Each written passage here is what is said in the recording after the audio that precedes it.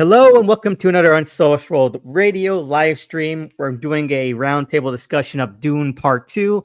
I'm joined by my fabulous guests, Alex, aka Honey Ghosted on Twitter, and Mikhail, aka MLS532, who's been on this channel a bunch of times. We have a lot of fun breaking some really weird blockbuster releases down. We go all in sometimes.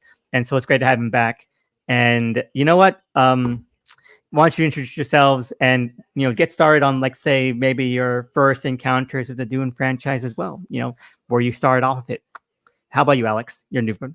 All right, so I when Dune Part 1 came out, that was on HBO, and I tried to watch it, and I fell asleep halfway through, and I did not try to watch it again until about a month ago when they did the IMAX rerun, and I went and saw it, and I loved it. And I read the book, and that was a big mistake because I read the book and I was like, all right, time for part 2. I'm super excited. I got super into Dune. I read Messiah, and I went into part 2 with these massive sky high expectations. And then I was like, oh man, I kind of wish I hadn't read the book because I think I set my expectations too high. But it was interesting. Dune 1 pulled me in, and then now I look back at it and it's like, oh, it's kind of a little bit of a letdown, but I didn't know. So it's I got Dune pilled halfway through part 1 and part 2, and that kind of has colored my opinions in an interesting way, I think. No, I can't wait to get into that because I know that we have very opposite opinions, but I've the longer history of the franchise. How about you, Mikhail? So I would say actually the first time, I was introduced to Dune, it was thanks to my brother. I think my brother had read the book, and then he actually got the game like in the early 90s. I think it was on the PC. Or maybe not even on the PC. It might have been on like Sega CD or something. So yeah, there was an actual Dune video game at the time, and I would say that was like my first exposure to it. Like it was like, okay, here, like something, on a desert planet, like you can fly around, look for spice. Gurney Halleck, did Gurney Halleck come with you? Did you leave him there? Blah blah blah. It's like, and I tried playing the game. I think I just like saw a spot on the map, like tried to fly to it, and they tell me, "Oh, you got shut down by the Harkonnens and you're dead." um, and since then, many years later, I like became a big fan of David Lynch. Around 2003, I think it completely like became my number one filmmaker. So I started watching all of his movies, and that was sort of, and that was like how I got reintroduced to Dune. I saw the David Lynch Dune of 1984, which was, fascinating in its own way. Very hard to follow initially, but it gets better on rewatch. And, my mom, who I don't know when she had read the book, but she was very familiar with the book. And she was like, oh, wow, David Lynch made an adaptation. So, we watch it together. She tells me, she explained a lot of things to me. And since then I've been sort of, like then it's like we find out, oh wait, yeah, there was a Dune mini series. I could not watch the mini series. My mom watched that. I could watch it. Eventually, we get to Villeneuve in 2021, and it's like, okay, I really like Dune Part 1. I thought it was really good, if not exactly great. I think it was at least like it was an artsy blockbuster, not. Admirable would be Look, the look. word. I like. Well, I like what it does. I like its visuals. You go to the theater. Like I saw it both on HBO Max, and I think went to the theaters and to see it in IMAX maybe. And it was like, on the IMAX screen, it is really immersive. It's like one of those movies where you're like, oh yeah, I'm like totally into it. It's like all the sound and all the stuff that that experience, that experience of watching it was like really, really nice. So I'm kind of a higher opinion of it, I think, than you guys are. And well, I have the book. I have not read it though, My unfortunately. God. I don't know. I got it like I We, got it like we a run the really gamut here, I guess. So great. It'll be a great discussion. yeah. But anyway, yeah. So I got the book. I was meaning to read it like a couple of years ago, but for one reason or another, never got to it. So sorry about that. I've read some summaries and everything, but yeah, I don't. So, but I don't know much of that lore. And I love Dune Part Two. I'm not gonna hide that. It's not perfect, but it's rushed. But I think as a whole, it's a great improvement over the first movie. Yeah, and that's like my range of exposure and stuff. All right. And as for myself, I always passed by. It was a latchkey kid out after school. I would always hang out at the library. While my parents were working, no one's at home, and I would always pass by the sci-fi section of the school. Of the public library, and Dune was always there, like the big paperback and hardcover editions of the first book. And then at the time, I was like 7 or 8. The first couple of prequels by Brian Herbert and Kevin J. Anderson were starting to come out. So they would always be like there as well, right alongside it. And it sort of seemed to me like this big kind of storied sci-fi franchise. Like this is something impressive and possibly like really iconic. And I was thinking, and so I tried reading the first one, and I flipped through it, and it was like, okay, the mercantile system CHOAM has contracted us for 12,000 pounds of spice, but we have to subcontract and we have to make negotiations. And this is like boring as hell. I put it right back. Like I just couldn't get into it. Like this is like okay, this is not for me. The back cover said about this prophet and like this adventure and freedom fighters. I guess I was wrong. And so like it wasn't until middle school. I'm like 12, 13. I go back and I finally I guess rented out. Like I'm gonna make it through it for some reason. I'm bored. I'm gonna make it through it. I read it like a couple of pages at a time, and I fall in love with it. I fall in love with the characters, the Herbert's Frank Herbert's style of writing, that kind of very clinical but also very flowery prose he does. I think that it works really well with the kind of structure Dune has, where like there's parts of it that are like a history book and parts of it that are like very business side, because it's very much interested in like how socioeconomic politics space to work in this universe. I think that's so fascinating, and I think it really works well with it. But then also like this classic kind of adventure. And I know whatever you might say, the first book is meant to be a heroic story. Whatever people else might say, like and Frank Herbert has said this as well. He says that the first book is meant to be a triumphant heroic story. Okay, and that the second book that he already has planning was meant to be like the kind of like reveal of a lot of other things. So I do think that it does have like a very adventurous, very kind of fun spirit to it as well, and that you really do care about the characters and how they end up where they are at the end of the novel. And I loved it.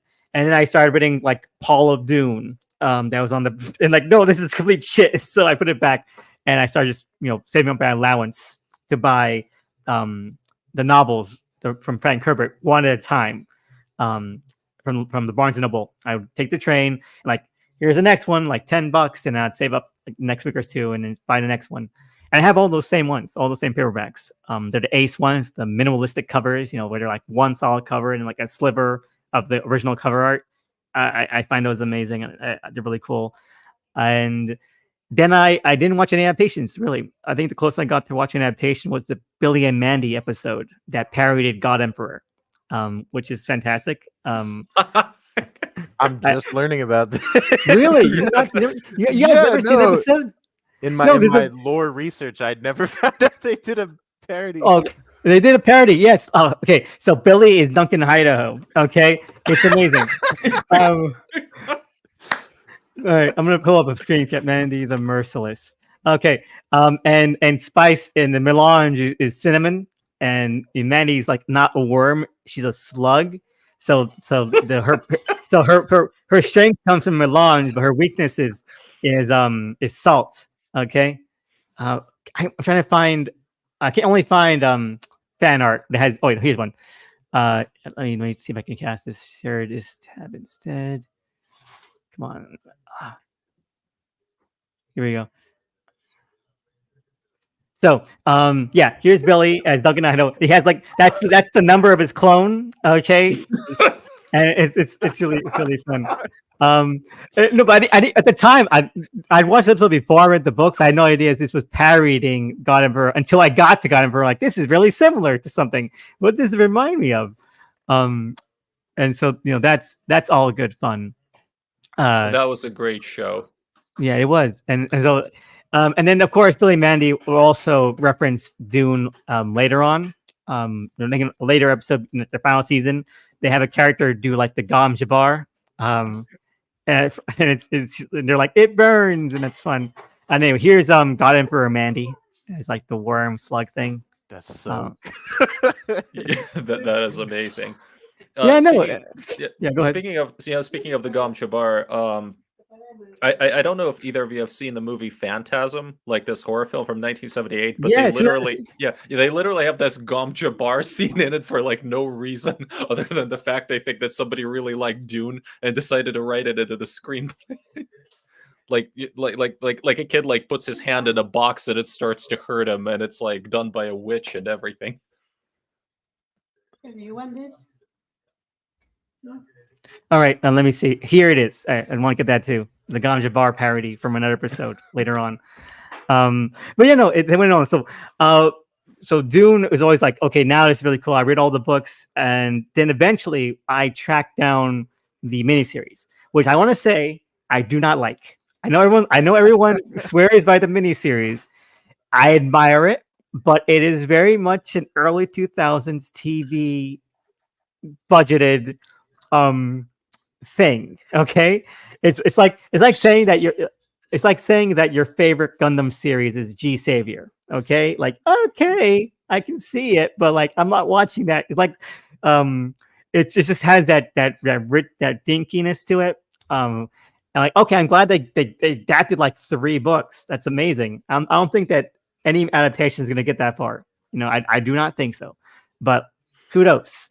But and then I finally watched the Dune from David Lynch one. I pirated it, and it is mind blowing to me in a lot of ways. And you're right, Mikhail. It is insanely hard to follow, but of course I've memorized the books at this point, and so it's like it's good to just see like the parts that it adapted so entertainingly, like. And I think on rewatches, like distancing myself from having read the book, I do think that it does follow a particular narrative, but it is a very much held back by the narration. The narration is such a cheat code for a lot of that movie, and it's a shame. And a lot of it feels forced and unnecessary. But you know what? I'm also glad that we hear more Princess Irulan's voice. So 2 thumbs up. All right. And then, of course, I watched the Spice Diver cut, which is the best movie ever made. 5 stars. In part 1, I mentioned this off screen before we started recording. Part 1, I admire it. I tried watching it 5 times. I only finished watching it twice because I even though I admire it, I think it's an unwatchable movie. It's a pain to sit through. It's like Vogon poetry. Okay, I'm like, oh my god, my brain is trying to suffocate itself because it is so annoyingly forceful in the things that it tries to do. So let me give you an example, okay? Because while people still clown on the first Lynch movie for doing the narration, and not even just Irulan's narration, but everyone's inner monologue narration, Denis still has the inner narration. He just has them say it, Like in that part when on my rewatch before watching part 2, I'm like noticing. I'm actually at the book at this point. I'm like, I'll read the book as well. Like there'll be parts where like, okay, this is the person's inner narration, but for some reason they're just saying it in a room of people, and it just sounds weirder and worse. Like the one explicit example is when they meet Kynes for the first time in Dune Part 1, and he's like, and she's like, oh, he will know your ways. Or he will know. Yeah, it's like she's like, how did you know how to put it in the Fremen fashion? Like, just seemed like it was a good idea. Like, it seemed natural.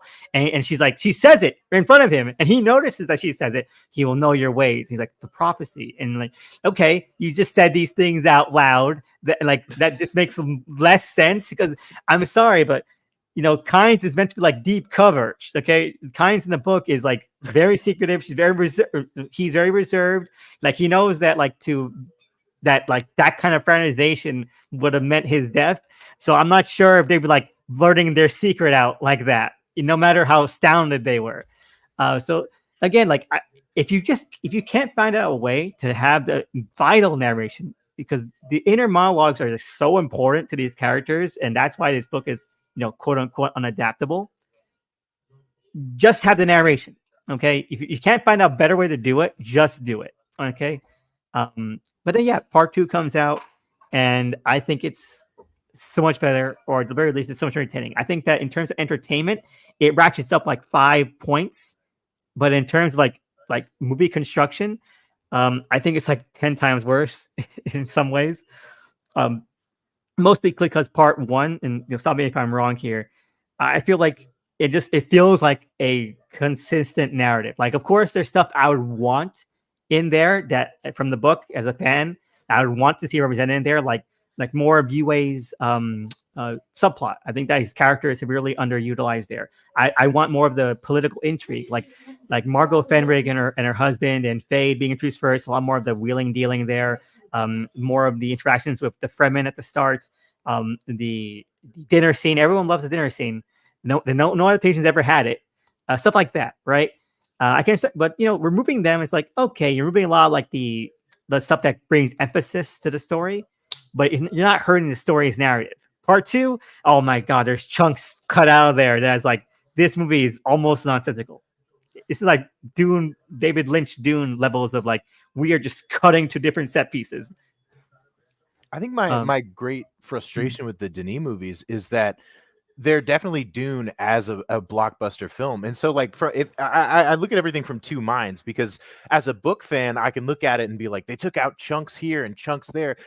From like a filmmaking perspective, I understand of like, you don't want to have all this intrigue. You don't want to have plans within plans within plans. You don't want to have all these complicated characters. So you just simplify everything so that it's much, I think, easier to follow in terms of like a grander narrative, because they hit most of the major like plot beats. I just feel like a lot of the like complexity of it is stripped away to make it like Fade Rautha as a character is just so absolutely mangled in the movies, but he makes for an entertaining villain because he's just evil guy.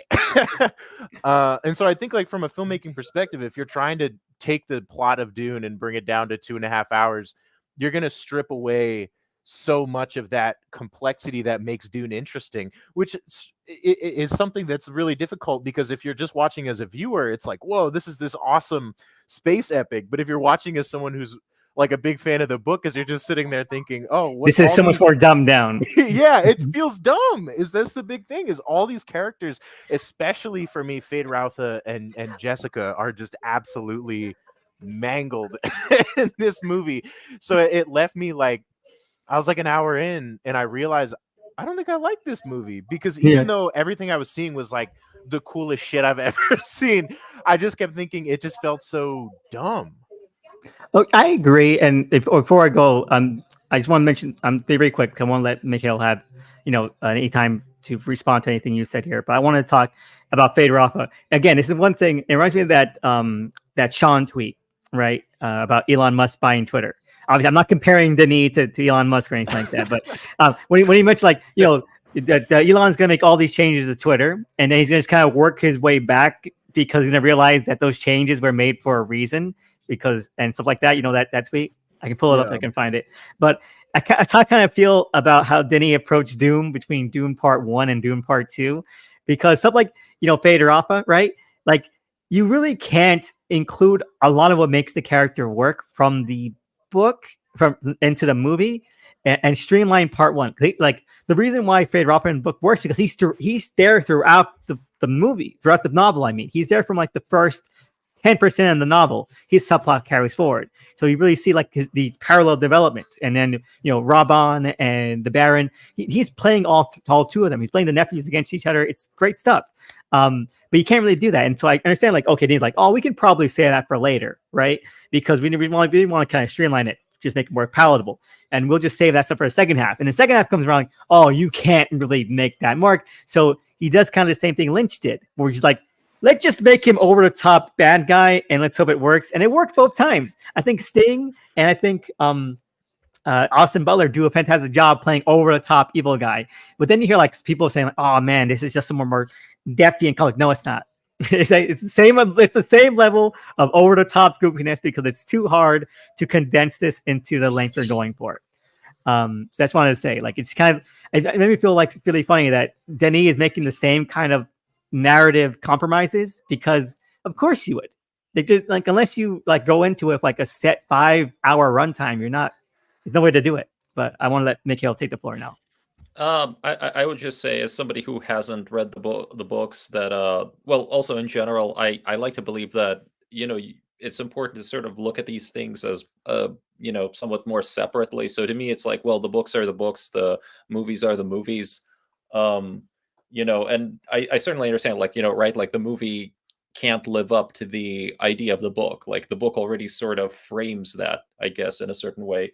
I will say that I really like all three film adaptations, like as a whole. I can definitely see, I don't think any one of them is perfect. I would say that maybe in terms of, I would say probably from an artistic standpoint, I think like the Lynch version still holds up the best. Like it's, like, because it's very much like an abstract art house blockbuster, whereas the Denis movies are like, they're kind of trying to be a bit more commercial, and sometimes to their detriment, I think, because they really they really like part one in particular, I think, just suffers from playing down and trying to maybe ground a lot of the weirdness, a lot of the stuff that really could be played up, and that could be interesting.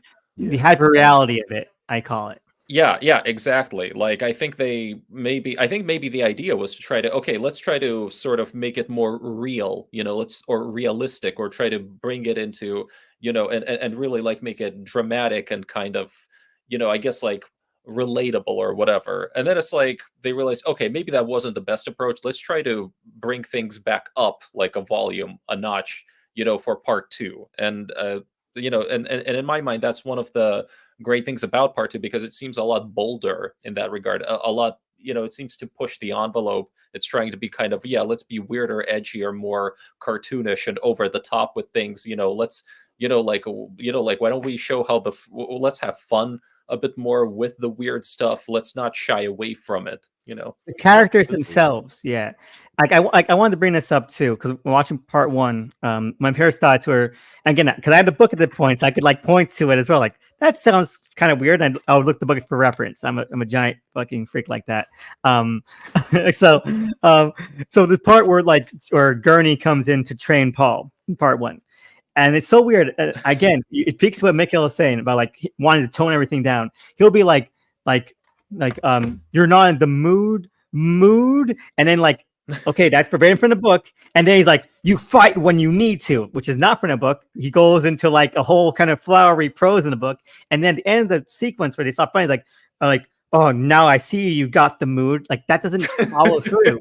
Like you just kind of cut out like Gurney's entire kind of character, which he's a warrior, yes, he's a soldier, yes, but he's like this kind of balladeer soldier. So he speaks in a very kind of flowery kind of thing. So like mood is a thing for cattle and love play. Play. Yeah.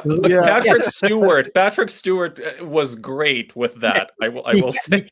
He captures it so well. They use that verbatim book. A lot of the Lynch version, the dialogue is verbatim. People knock it for that, but like you want that prose. That prose is like the level of energy that Dune should have. When people say Dune should be weird, I understand some people are saying that, and some people take it to mean that it should be weird and psychedelic. No, it should be weird because these people sound like over the top freaks. Okay, and that's the charm.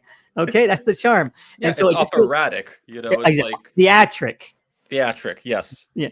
And with Gurney, like that felt so weird. Like a lot of that is like you see that whenever it's verbatim from the book, they'll just condense it. It'll be like, oh, verbatim words from the book condensed to like very palatable substance, then ending up verbatim from the book. It's like, and that's why I really hate and you can see that verbatim with Yue, where like, you think yes, my wife is alive, and then he just kind of stabs the neck, and that's the last we hear from Yue. No, you don't get like any like, oh, you don't think I know what you got, what I bargained for with my wife, nothing like that. And it's like, I understand why you would cut it down because it's not essential, but like they give the story texture, they give it emphasis, they give it impact, and that's why I think a lot of part one is missing. And then part two, it's more consistent with that throughout the characterization. Now the characterizations, I agree with Alex, are a lot weaker compared to the novel, but the level of intensity the characterizations are written with are a lot more intense. Like Paul in part 2 is what Paul in part 1 should have been. You know, I'm like, oh, are they trying to backtrack? Are they trying to make up for lost time? Because Paul for the first third of part 2 is like the kid. He's like the guy. You know, like that's what Paul should be. Like Paul is a normal person before he gets to Arrakis and starts getting microdosed on cosmic drugs. Okay, he's like a relatively normal kid. Okay, like he's like, and then like obviously as the book goes along, he like gets more and more detached, more and more like isolated. But you know, in part 1, he's like dour and like and then this first third of part 2 is like he's just the jokey kind of guy. He's trying to make a best life. He's like, this is what Paul should have been like. Well, I think it's funny. Gurney in part 2 is actually a great example of what you were talking about, where it's like Yeah. in part 1, he's this super serious warrior guy. There's a joke in the beginning where the Duke turns to him and says, "Smile, Gurney," and he says, "I am smiling." And it's like, oh, he's this gruff warrior guy. And then in part 2, he's playing the fucking baliset and singing when we first see him, and he's cracking jokes, and he's like, "Oh, this is Gurney!" Like it's Josh Brolin is suddenly Gurney in the sequel. Yeah, it's fun. And I do think that, you know, what Nikhil said, like Denny did go back to like, I think, try to capture a lot more what these characters are like in the tone. And so I don't think the adaptation itself works as a whole yet, but the part 1 and part 2, I'll never watch part 1 again. I don't think I'll ever watch it again ever, but I think together they average out to an okay kind of level. And so it really makes me laugh when I say, like, you know, overall part 1 and part 2 are on equal standing to David Lynch's Dune in terms of like fidelity, and people will get so mad at me online. They'll be like, "How dare you? But David Lynch's Dune isn't good. But these are actually masterpieces, and they don't disrespect the novel. Are you insane?" They're not masterpieces. No. Let's be honest. If you're saying that David Lynch's Dune disrespects the novel, then what are these doing? Because they're not respecting the novel. They're respecting the themes of the series, yes, overall. But the novel itself, no, they are not. As I mentioned at the start, Dune, the novel, is meant to be a heroic story. No matter what the other sequels do, the first novel is meant to be Paul's coming of age. Yes, there is tragedy behind it, but you understand the character, you feel for the character, you are sympathetic to the character, and then yes, in the sequels, especially, you know, Dune Messiah and Children of Dune, you pity what he's become. But again, I feel like Denis frontloading that hurts all of that a lot. But again, he doesn't want to make sequels, and he has a very clear, distinct idea of what he wants to do. So I'll withhold judgment overall until part 3, but it just makes me laugh so much. Like, oh, but David Lynch didn't include any of the messages about colonialism. Those are barely in the fucking first novel either, man. You got to read these books. So to clarify, would you say so that first book, it's not subversive in any way of those narratives? It is slightly, but you know, Herbert has given out interviews before when he was alive, saying like that's not meant to be the forefront of it. He wrote it as a heroic narrative for Paul, and then that does get overturned, like in Dune Messiah, where like we do start to see like in the consequences. He called it inverting the, you know, kind of the musical notes of it. You know, with Messiah and Children of Dune, where we're seeing like the consequences, the regret, how it changes him as a person, how it hurts him as a person, that kind of stuff. And so like that's the structure of those series. He was planning like books ahead. And again, I understand like, you know, bringing that forward, but again, it's like I don't think it's right to disparage the David Lynch version for just playing it straight, you know? I would argue the books do that first book does have like a little bit of at least hinting towards it, because Yeah. I mean when Kynes has a vision of his father, and his father when he's dying, he thinks falling for a hero is one of the worst, like one of the most dangerous things, like it'll be the undoing of Arrakis.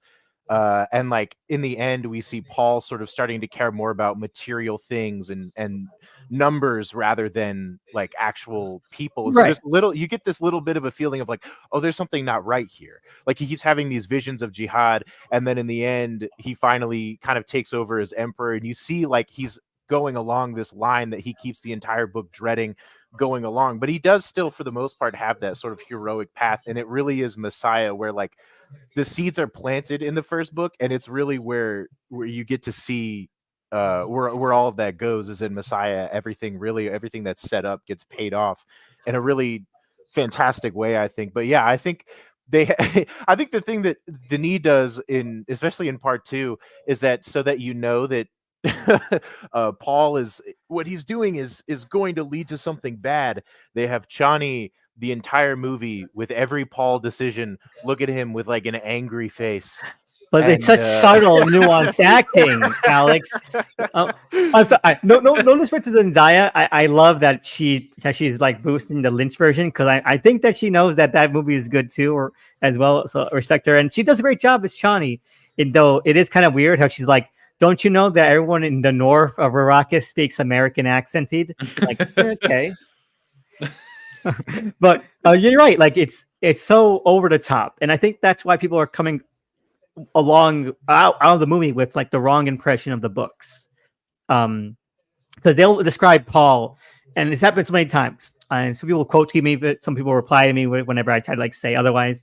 They'll say like, "Oh, Paul in the novel is a manipulator. He is selfish. He's goading these people." No, he is caught up in the whirlwind manipulations of fate itself. Okay, he is a puppet who can see the strings. All right, yes, of course, it ends up benefiting, but that's out of basic survival, which of course it isn't like how Denis is portraying it. And again, I understand because Denis wants to bring these themes to the forefront. He wants to contend or have a conversation with them directly, and I understand. But I hate when people bring that to the novels itself and act like they have like kind of the authority on that, and like, no, that's not how it is. Because people are posting now finally passages from the book where like that show that's how conflicted and like how like tragic Paul is in those moments that you're talking about, where he hears like where he sees like the seeds of jihad that he's spreading, and he just can't help it because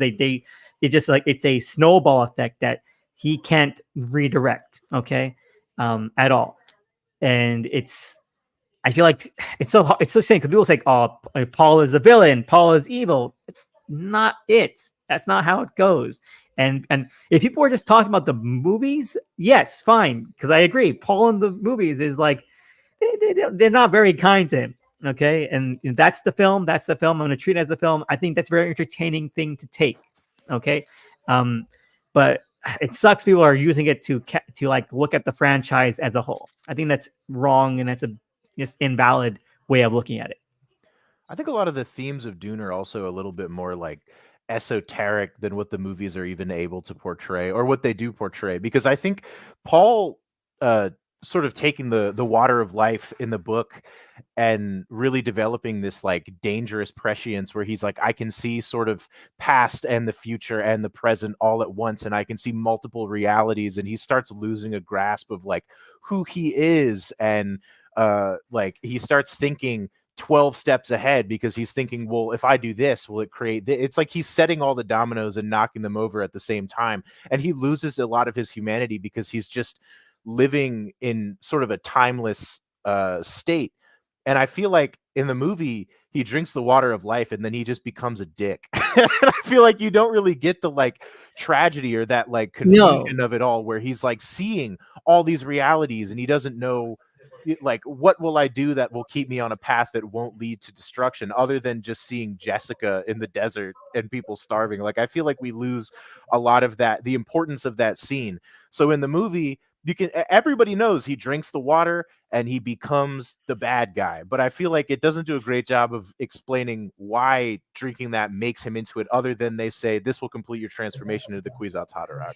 Yeah, it makes it seem like he's grasping for power rather than being like there's being no other choice at that time but to do it.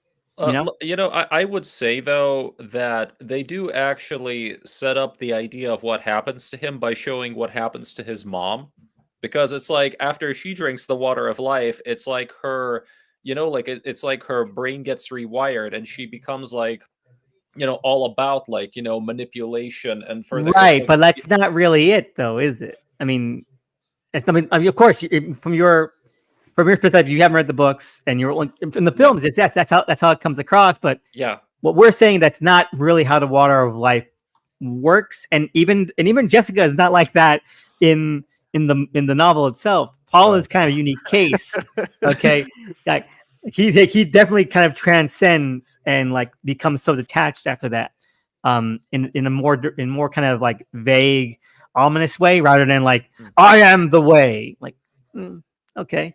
no, All right. but I think the idea is that at least the way the movie portray. I mean, and I'm speaking specifically about the movie, is that it seems to. I mean, it is kind of a shortcut, in a way, but it's sort of they sort of show that it seems to strip away your humanity in some Yeah. ways. It seems to strip away your like your morals and your more uh earthly concerns, and you become like kind of you become kind of above all of that, like in a way it kind of gives you a huge boost of ego or whatever. So to me that's like, okay, so they kind of set up what what happens to him by showing just how different his mom becomes, like after undergoing that, and how it becomes all about the future, the survival.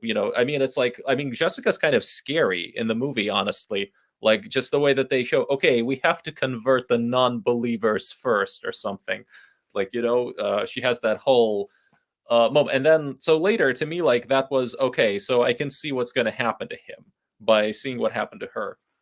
Yeah, absolutely. I can totally see that. I feel like It just makes them seem evil. it's my book bias because Right. Jessica is such a fantastic and complex character in that book, and then in the movie she just kind of seems like the evil puppet master witch who's like Like a Lady Macbeth, evil. basically. So like Yeah. it's too much of a bias clouding my judgment. I wish I could have gone in the same way I did with part 1 and not read the book and then read it later to compare. But since I only ever had that like base idea of this is who Jessica Atreides is, when I went into the movie and she was just like, I'm evil, and I walk around and I talk to the fetus inside of me. I'm like, all right, well, Hey, I so guess this is who Jessica is now. before we get into that, I do want to talk about that.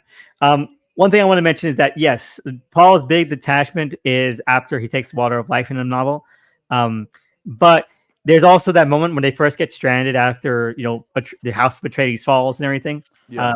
Where in the novel, right, he's kind of glitches out a little bit initially, and that's where part 1 ends, and it's so weird to me, right? Because part 1 and kind of makes it seem like that's like this big moment for him, where he's like really sort of contending with his future sight, right, and like what that means. Oh, like And the part where he goes like, a holy war in my name. yeah, that kind of shit, right? And then again, that may seem so funny. Where then we get to part 2, and he's again for the first third of that movie, he's like, "Oh, I'm a normal kid. I'm a normal kid." Like, okay, so that meant nothing then. And so again, I just feel like it's just, these movies are very stop and start initially in terms like that. But I want to talk about that vision, the Holy War in his name. I'm so fucking glad that Power Rangers ass shit didn't happen. Okay. No. So when I was watching part 1, okay, no respect to Power Rangers, like Power Rangers, who doesn't? When I was watching part 1, all the kind of decisions that Denny was making on screen, like, oh, this is be so dumbed down. This is be so stripped down. This be so uninteresting, and like, man, it doesn't really capture like what who Muad'Dib is, who the prophet is, and like what that means in the book and how that's portrayed in the book.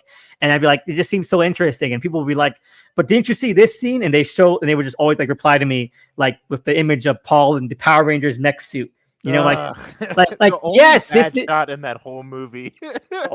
And like, yes, this is what I mean. This is everything I don't want. And I was and most of my hate is because like I did not want to see that happen in part 2. I was kind of hoping against what part 2 should be canceled. Don't let them film this I don't want to see that.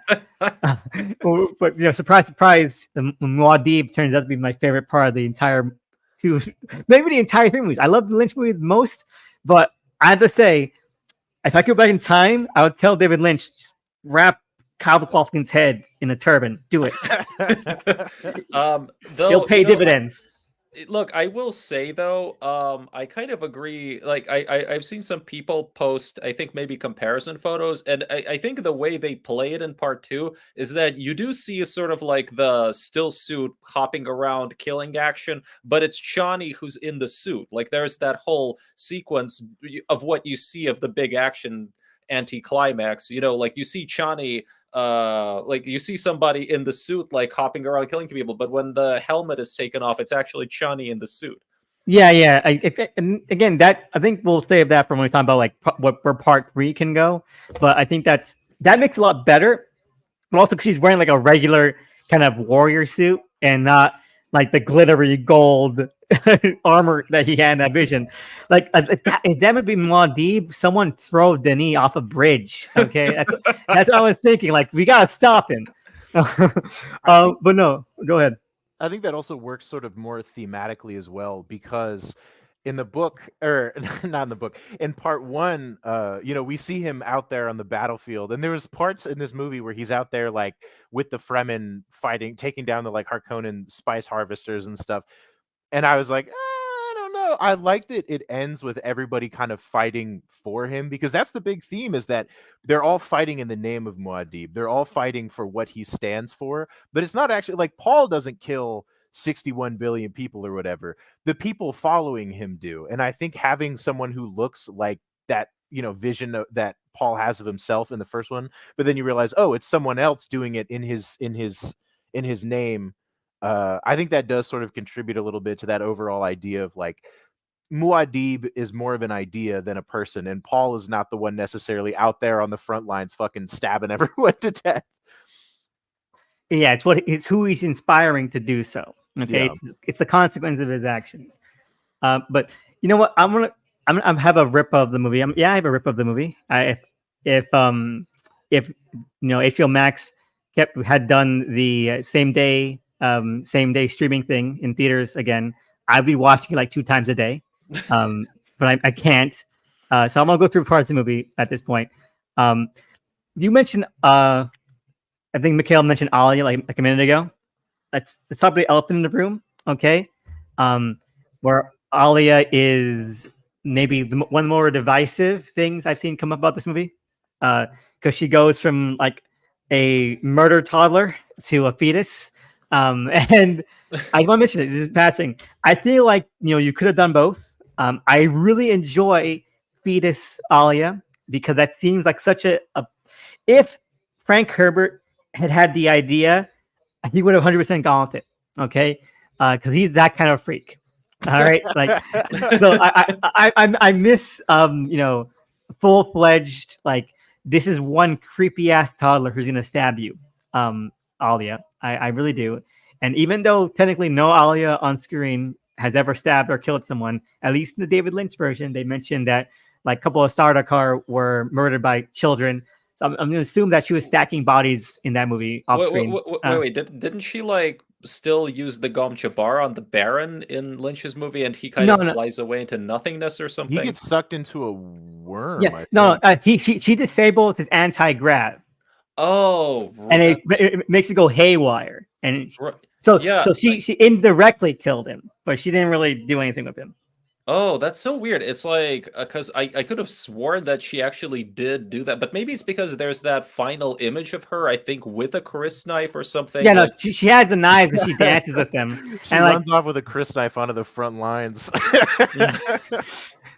But, people say that would have been too silly. You could have done it. Let's be honest. You could have done it. Who would have cared? We're seeing like a fetus talk, okay? You could have done it.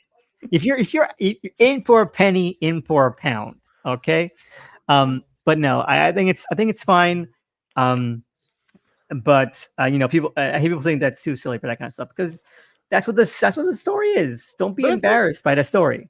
Part 2 also embraces a little bit of this silliness. Like they make Stilgar a fucking joke Yeah. for most of this Oh, movie, oh and now my- he's a big popular joke on Twitter. Everybody, like, if they did Aaliyah, everybody would have laughed and The- joked and posted pictures of her. Like, I'm just gonna say I love Stilgar in I part love 2. him so much. He's I really love him so good. much. I can't wait until somebody does like a YouTube, like one of those one of those like like one-line rips. It's like when somebody does a short video on YouTube with every single time Stilgar says, "Listen, Al Gaib." Yeah, no, I know. I love Stilgar so much because that first part and the first scene when they're like killing all those Harkonnen Harkonnen? soldiers. I'm gonna say Harkonnen. I'm gonna try to say Harkonnen or whatever they say in these movies. Harkonnen. Harkonnen. All those Harkonnen soldiers, right? Oh, anyway, and then like the way Stilgar is like I saw in my eyes, like he can do stuff, man. Don't underestimate this kid. I'm like, I understood immediately. Oh, Dennis is going down this rope, this character, and it's nothing like the book, but I understand where he's coming from, and this is gonna be hilariously amazing. You know, and every scene Javier Bardem is in, he fucking kills. he kills He's it. so Yeah. funny. Because Stilgar in the books is like, like I'm gonna call it, he's like the Taurus Tarkus for Paul. He's like the guy who goes to bat for him, and then like to like really amplify that with like this fervent kind of fanaticism is like such a galaxy brain idea. Like, okay, we're gonna take his friendship that's one of the biggest parts of Paul's development into the Fremen culture in the novel, and just twist it from the outset. Make it like something weird and upsetting from the outset, but in the way it's upsetting, it's hilarious. My only complaint with it is that Paul has that line where he says, "I have friends turned into followers," and I'm like, dog, Stilgar was a follower from the beginning. He was the original dick rider. He was never your friend. Okay. From the start, he was worshiping you. He was the one telling everybody else, "Get on your knees and prostrate yourself for this guy." Yeah, You the know- Mahdi. The Mahdi is so humble, that he won't admit he's the Mahdi. We should believe in him more. Yeah. But no, it's again, but that's one of those things where like you feel the time passing between how part 1 is written and how part 2 is written. Because yes, you can say like, oh, okay, once Paul killed Jamis, Stilgar really started to get into it. But Stilgar is like more like book Stilgar. He's like the most recognizable character in part 1. Stilgar, like he's like he's just a very noble Fremen guy, right? And my favorite line in part 1 is when Jamis and Paul are having their duel to the death, and Paul keeps deflecting blocks, but he's not being on the offensive, he's just deflecting. And Stilgar is like, is Paul toying with Jamis? Because like he's like this kind of sensible kind of guy, but he's like obviously has the roughness and the edginess of like being a Fremen. And then like part 2, he's kind of a joke off the bat, so it just feels like there's a conflict there, of course. But you can sort of extrapolate it, but it does feel like a soft reboot of a kind in terms of how the characters are written. And Stilgar is also an example of that, I think.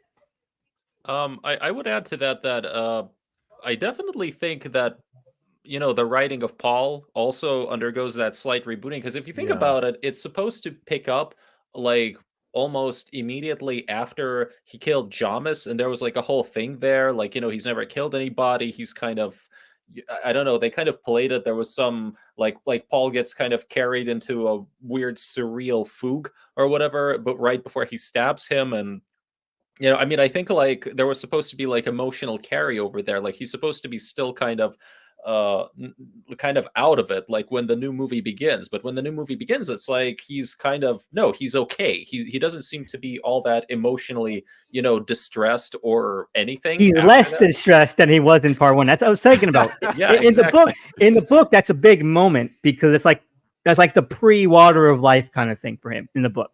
Where he's like, it's his first foray into like the weight of like his potential that's bearing down on him.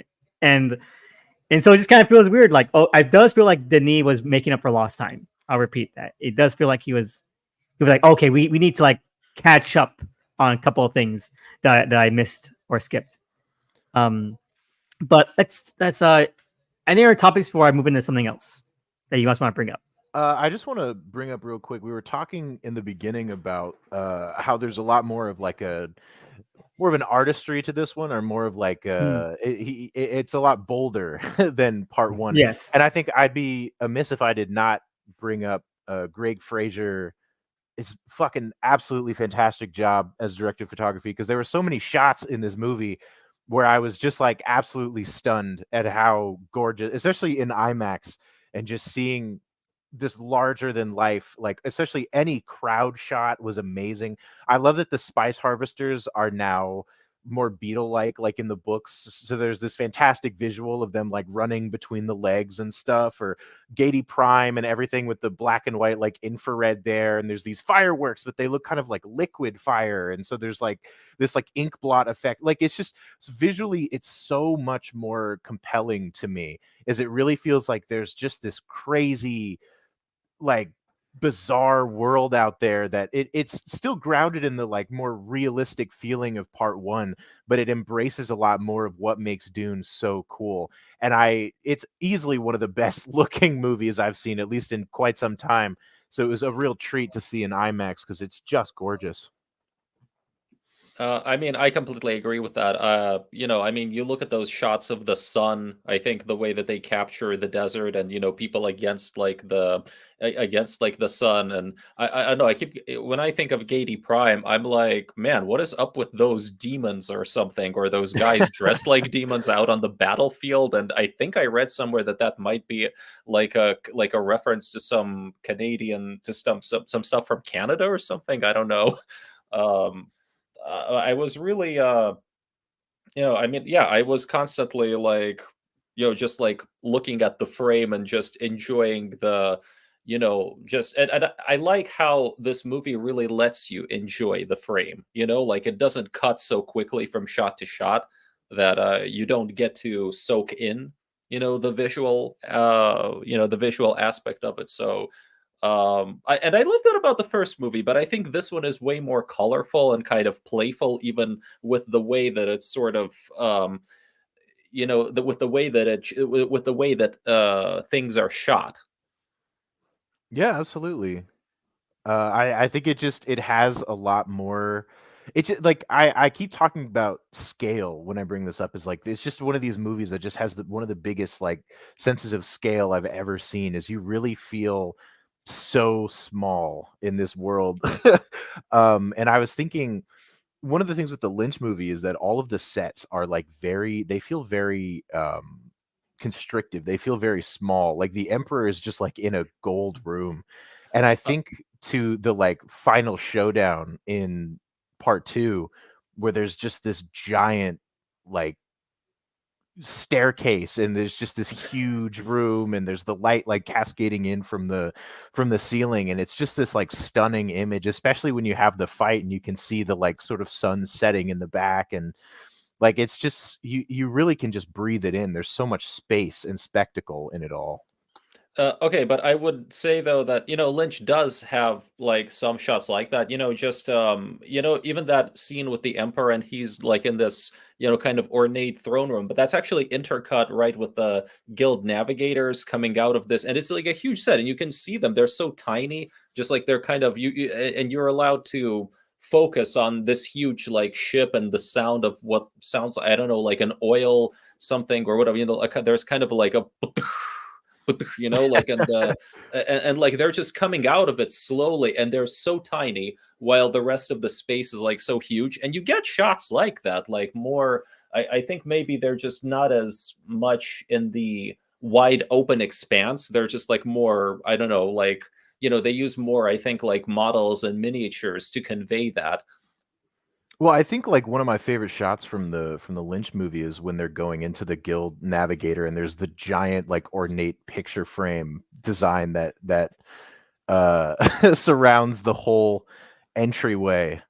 He does have a lot of cool stuff like that. I just felt like in terms of the sets and stuff, like when you look at like the CH in the Denis movie, and there's just, you look at the crowd of people. I mean, to be fair, Lynch's has this long hallway, which is also very, very interesting in its own right. But I love when you see Paul standing in the middle of this like crowd of people, and it just feels like a sea, like it's like every person's like a grain of sand.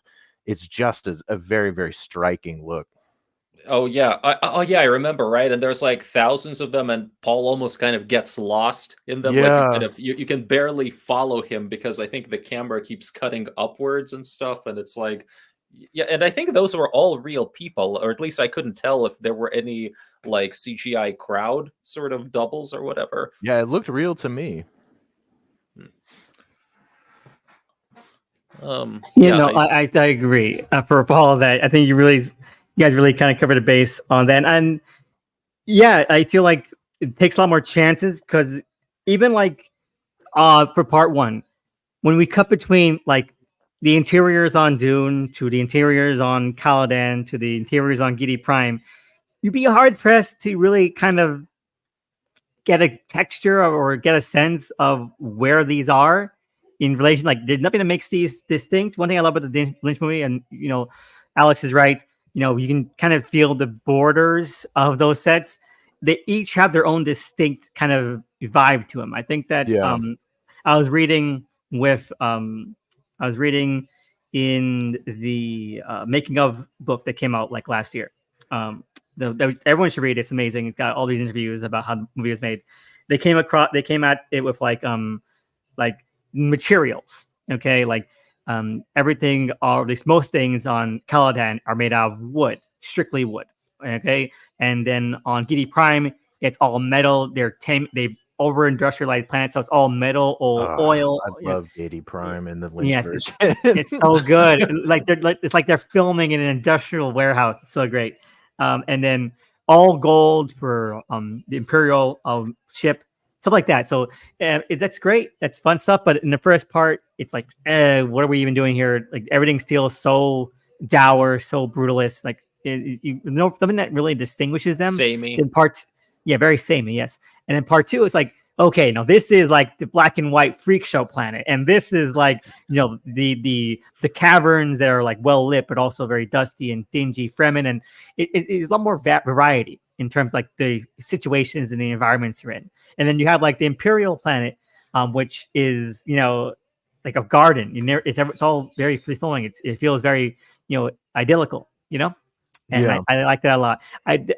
It's not ornate, but it feels very it feels like this is someone that doesn't have any worries in the world can relax, and while everyone else is kind of fighting to survive on all these other planets. So I like that tone of it. All right, so let's see. I'm skimming through, just thinking about things we can talk about this. I want to talk about speaking about the Imperials. I want to talk about Irulan. Okay, I do, because she wasn't in part one, and I think that it kind of makes sense now that she's not in part one. Cause I think that her role is going to be so much more different in part three. So it kind of makes sense to introduce her here. And I like how they're playing her. Now, I think that Irulan has always been an interesting character that probably isn't the most fleshed out in the actual Dune novels by Frank Herbert, and not even that fleshed out in the Dune interquels by Brian Herbert. And so I like that. People say, "Oh, I like that they gave Chani more agency, and I like how they gave Chani more nuance." I would disagree with that. They just gave Chani a new character. Okay. Yeah. Not like they didn't give the existing character more nuance. They just gave her a new character. So I'm not saying that's a bad thing.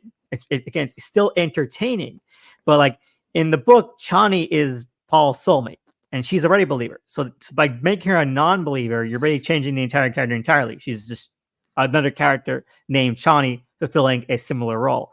That's not a bad thing. It's an adaptation. They can make changes. I don't really mind. It was still entertaining.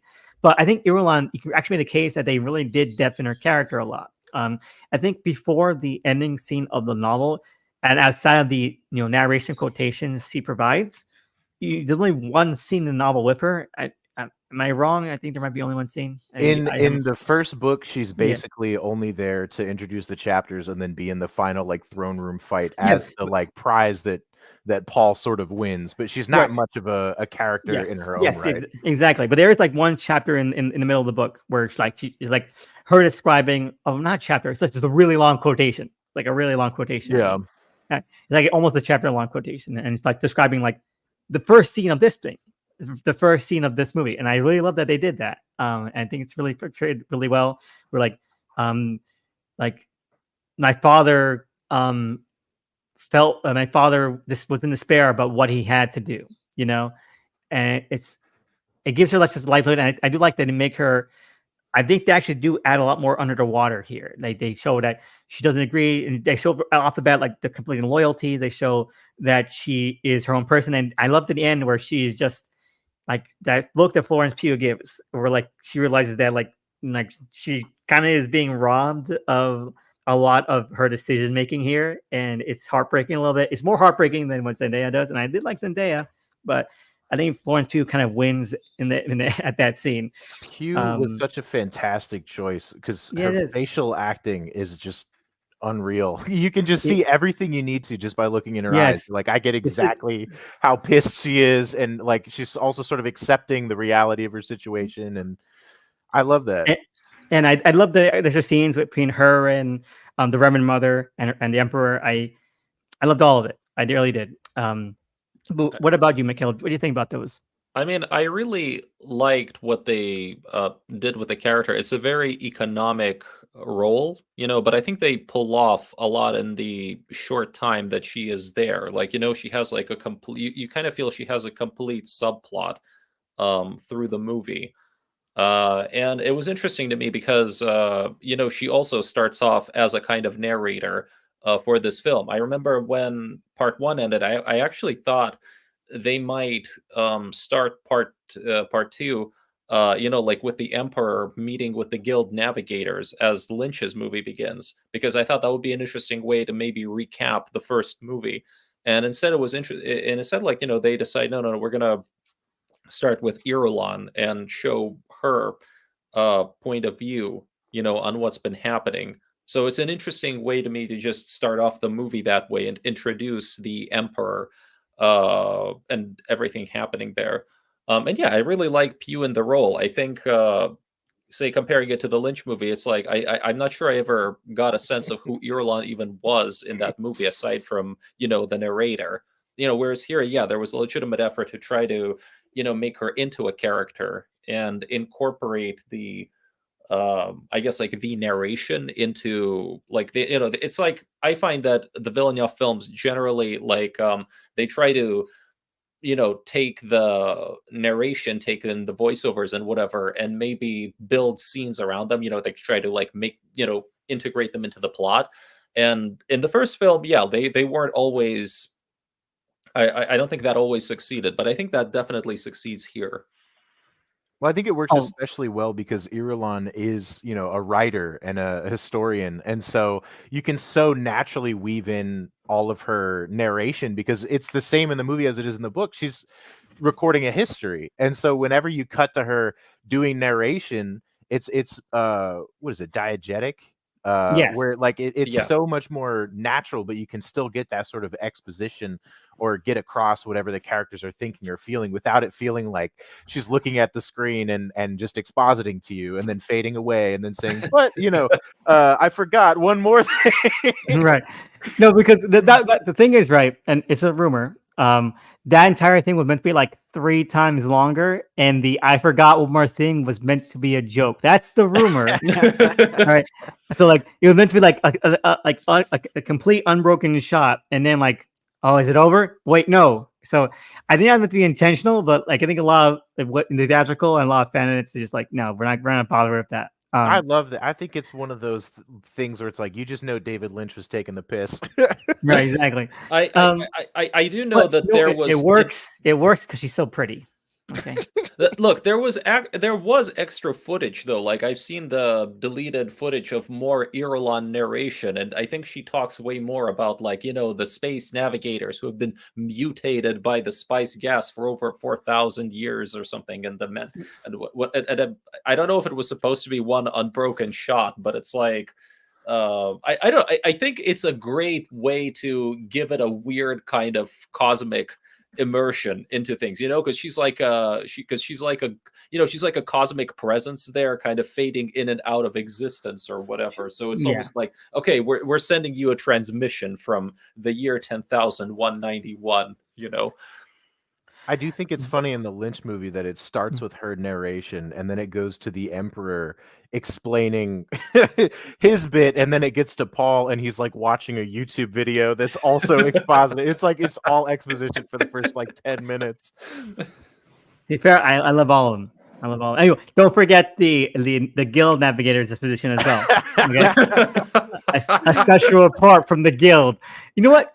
I love all that because call it exposition overload. I call it plans within plans. Okay.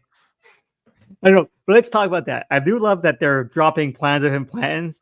In the new movie, was just simply get pregnant. That's not that complicated a plan.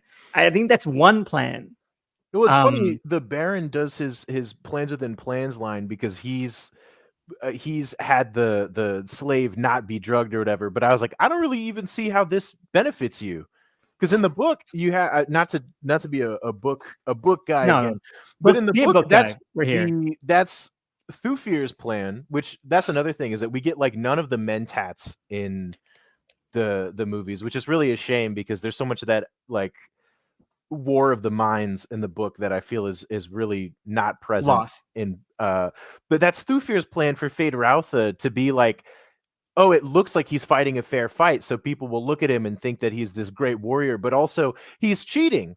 He's poisoned the blade that's not supposed to be poisoned, and he uses what's supposed to be the unpoisoned blade, and he's also got a keyword that he can say to stop him in his tracks. So it's like he has multiple assurances that I can kill this guy no matter what he tries to pull, but it'll look like I'm winning this fair fight. And that's what Fade Rautha's character is he's a cheater. He's vying for power. He's using whatever he can do to get ahead, but he's still like a little bit of a shit. And I feel like in this movie, he's so much of just like I'll just kill whoever. I'm a crazy sociopath. It's like, I guess, but you lose some of the fun of him being a little shit. I'll take it. I'll take it over. I had the most fearful ideas what Fade Rautha would be in this movie based off of part one. So I know the moment we see him, like he's like this. He tests how sharp a blade is by killing by killing one of his attendants. Like, yeah, okay, I'm with it. Let's do it. We're gonna get Fade Rautha in a book. We're gonna get something entertaining at the very least. Okay. Yeah. I will say this though, my impression of Fade from part two was that he's actually kind of honorable, at least to the extent that he doesn't cheat. He actually fights kind of he fights more or less like fair, you know what I mean saying? Like he doesn't have any extra poison blade or whatever, like he doesn't need it. He's just gonna be okay. I'm really grim dark and I'm cool and I'm gonna and I don't need any of this shit. Like I don't need the fights to be rigged or whatever. But that's the thing is that they do that plans within plans line, and I'm like, there's not plans within plans here. There's a plan, and the plan is we're gonna have him have a kid. Right. But yeah, let's see what else. Is there anything specific? Can I just ask one thing though? What do you guys make of the fact that we don't get any guild navigators in part two? Because thank you. It's a perfect segue. Okay, So I was talking with Alex about this beforehand. A lot of the book, right? The part of the reason why Paul is able to become the Kwisatz Haderach is because he embodies both in Frank Herbert's lore, male and female philosophies. Okay, on the way that the world is set up, you have Bene Gesserit, which are very female coded. Oh, I want to say fucking coded. They're female kind of matriarchy psycho cult. Okay, and then you have the guild navigators and the mentats, which are more of a male side, right?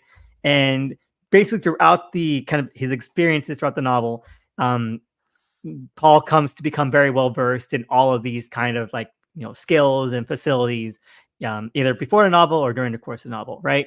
and that's part of the reason why he's able to become Kwisatz Haderach, not because he was born he's born early 1 year before, but because he had the advantage of being exposed to all of these things, right? And so I think that is missing a lot when we both downplay the impact of Mentats and also Guild Navigators, okay? Because they're all like in a cold war against each other throughout the series, and even like in the last couple novels in the far future, they're still at it. They've changed names in like the last 2 books, but they're still at it 5,000 years in the future, okay? And I think that as I mentioned to Alex, I came across this thread the other day of the movie fans, the Villeneuve movie fans, that did not know what the Kwisatz Haderach was or what that meant. And it means that one is able to commune with the full temporal lines, consciousness-wise, of their male and female sides. And because Bene Gesserit can only see the female side, so they want someone they control that can see the male side and have total cosmic enlightenment, basically.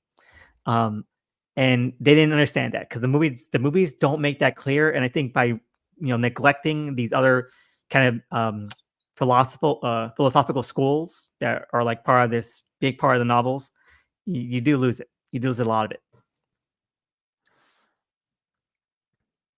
I feel like there's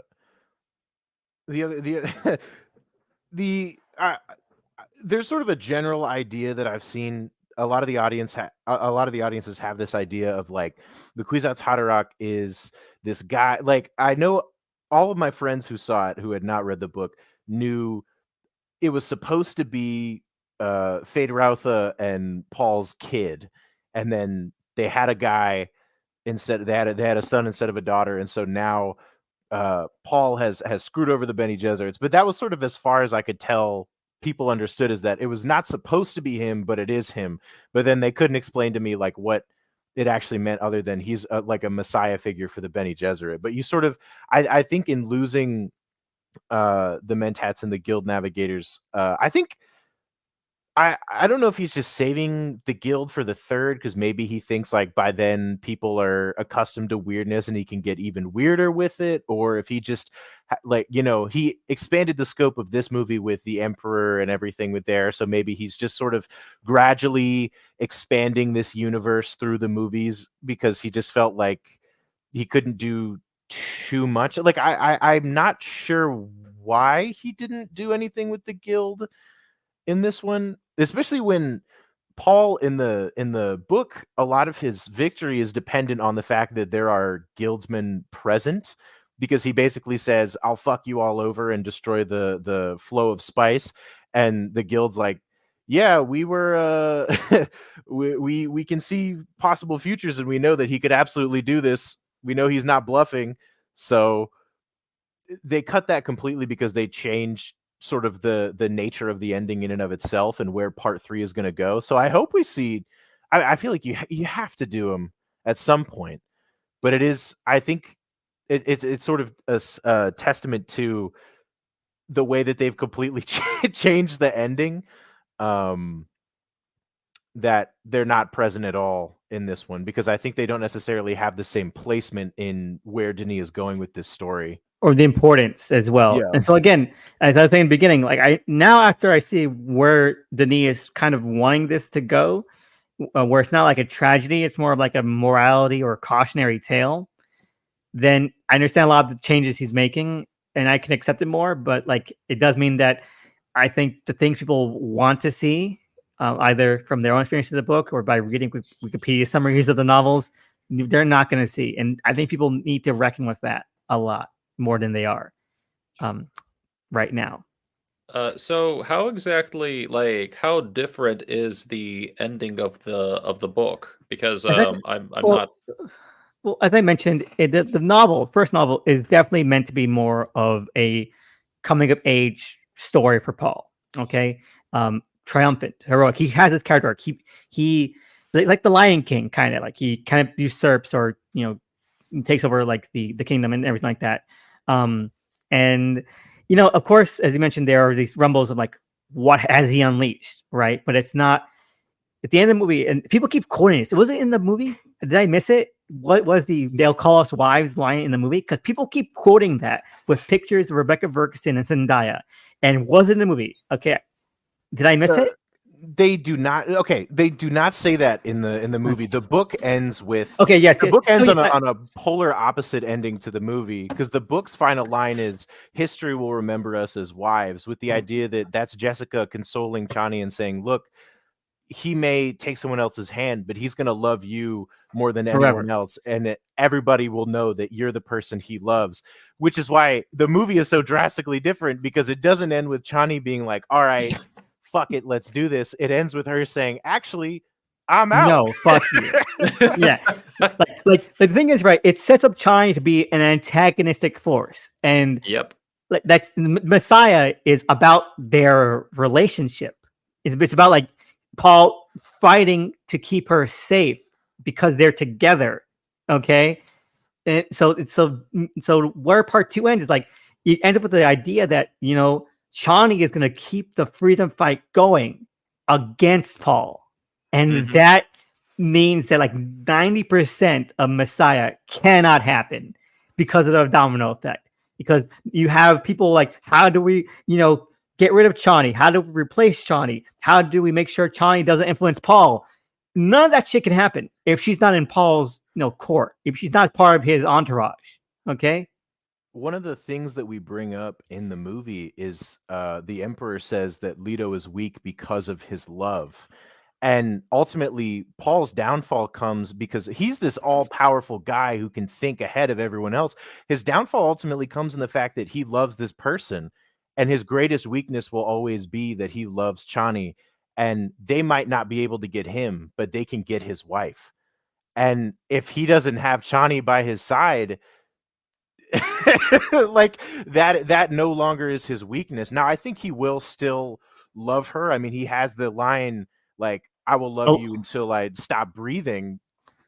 But like, I think that it'll be a very different confrontation ultimately, and wherever they go with part 3. Yeah, and I'm calling it part 3 and not Do Messiah because Do Messiah is very specific about things. It's a shorter book for one, way shorter, like half the size. So I do not think that it's. People keep saying I want to bring it up now. We'll save it for later when we talk about like where part 3 can go. But it that's why I hate like people keep bringing up like I got to a big argument with someone on Twitter because they were like they kept quoting the book and posting pictures of the movie, and I'm like, none of these quotes happened in the movie, and they could never have happened in the movie, including that final line. They'll call us wives. He ain't his wife. She might kill him. She might kill Paul. That's how things have toned here. So yeah, no, that's really strange. But another thing is, I'm trying to think of things to talk about because as long as these movies are story content wise, they don't cover that much ground. One thing I do think is interesting is I mean, I don't want the entire conversation to just be like, well, the book did this and the movie did this differently, but I do think it is interesting to view like, why do they make these changes? And one of the big things for me was Gurney gets his big revenge moment where he kills Raban. And my friends who had only watched the movie were shocked to find out when I said, no, he doesn't get to kill any of the what do they say in the movie, the Harkonnens? Or did they say Harkonnens in the they say Harkonnens. Harkonnens. He doesn't get to Harkonnens, kill. yeah. He doesn't get to kill any of them, because that's one of the things, is that the part of the reason he sticks by Paul the whole time in the book is because Paul promises he's going to get this revenge, and Paul wants to kill the Baron and he wants to kill Raban, and in the end, Paul doesn't get to kill the Baron and Gurney doesn't get to kill anyone. But he gets this big, cool, like, action sequence in the movie where he gets to kill Raban, because that, I think, cinematically is more interesting than having him kind of lose, because he's powered by this revenge fantasy that he never gets to enact, which is ideologically more interesting for like a novel. But I think if you're watching a movie, it's much more exciting to see Josh Brolin kill Dave Bautista and have that be like a big triumphant moment. And so much of this is just like, what if we took Dune and then made every moment blockbuster action? Like, because where part one ends is so weird, because it doesn't really have a feeling of like climax or anticlimax. It just kind of feels like it just ends, you know? It doesn't even have like a wide shot of them out in the desert. It says desert power and then it's over. And it really feels strange kind of where this movie starts and where that movie ends. Because I feel like there's so much more action and excitement in this one, almost to like make up for the fact that part one does not really do that. But the book doesn't have this many like action scenes and this many like that final confrontation in the book, other than the duel being, I think, a little bit more fleshed out. Like the actual big action scene of them raiding the Arakeen fort, or the castle or whatever, like, is so, they basically launch their attack and then it cuts to them in the throne room. And in this movie, we get a lot more of that action and excitement. And it's like you can really see where Denis was like, if I was making a big fucking blockbuster movie, what do audiences want to see? So I want to just react to that a little bit. I'll be honest when I say that, well, I don't entirely agree with that because, at least in the sense that, uh, for one thing, I don't think Denis is actually that good at filming large scale action scenes. Like, I mean, to me, it's more like, I find that he's good at doing more like one-on-one, like close quarter combat and making that like visually, and visually exciting and everything. Which is why I really appreciate the one-on-one duels, right? But if when you look at the actual like large scale action stuff, I don't think he's quite comfortable there. And because of that, he doesn't really um let them be that long or really all that, like all that dazzling. Like he doesn't really like a lot of blockbusters will try to have at least like, one standout or two standout like sequences where it's like you're really, like they really suck you in with all of the pyrotechnics and the cutting and all the, and it's really large scale and maybe large numbers of people killing each other, explosions, whatnot, right? And I find that in the Dune films so far, that stuff has not really been that great. I mean, it kind of happens and it's more serviceable than anything. No, So, you brought this up before, I think on Twitter when we were chatting, that like the final act of Dune Part Two, the final yes. raid sequence, it lasts about the same amount of time it does in the Lynch film. Yes. And again, like it is strange, and that's why I feel like Lynch film covers so much more ground that it's inexcusable that the story economics on both of these films, and just bring up a change that makes more sense in retrospect. Again, if we're doing this as like a fall of grace or fall from grace story and not like a Greek tragedy, but it's very much a Greek tragedy, especially where part 3 could end and Dune Messiah does end, very kind of like Greek, with the eyes and everything. Then I understand, like, again, why we cut down, why we focusing on these other things. It's more portentous. It's more dire. It's more domineering. I understand those changes, but you could have still fit more shit in. I mean, or this could have been just one movie. I think, honestly, one longer movie rather than two long ones. I mean, I like the fact that it's actually two parts. I mean, I think like it's, yeah, there's definitely the sense that okay, so it doesn't cover that much ground, but I kind of feel that part of that is simply because Villeneuve's movies in general, they're not paced a lot like modern movies are paced. He kind of, it's like, maybe you get like less scenes and you get more time devoted to those scenes, which I actually kind of respect. But I'm definitely like, that final action sequence, like, you've been building up to it this whole time. Like, could have been like an extra, maybe, I don't know, like 5-10 minutes of them actually having those armies and it showing us the process of them taking like the fort, breaking in, like, like a bunch of, like Fremen versus Sardaukar stuff, because it's kind of teased. It starts and then they cut to that part in the throne room where I think like, okay, the Sardaukar, like a wave of Sardaukar goes into the smoke and Paul comes out and that's it. And it's just like that was dissatisfying.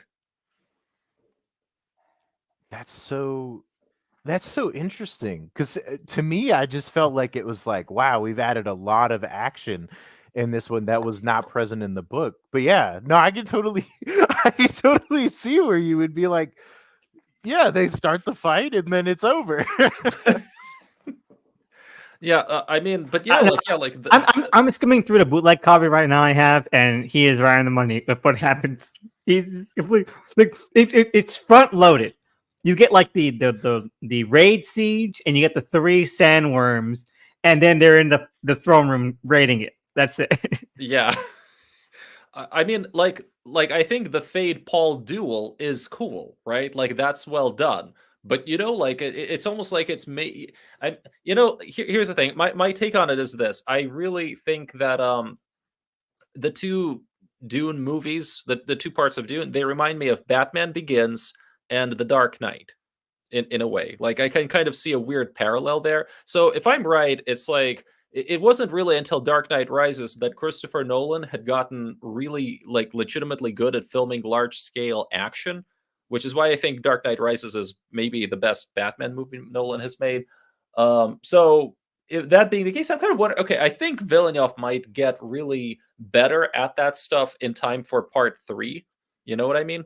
So I'm kind of hoping, okay, if they do part 3 and they put action into it, then I'm thinking that action will be better than what we've seen before.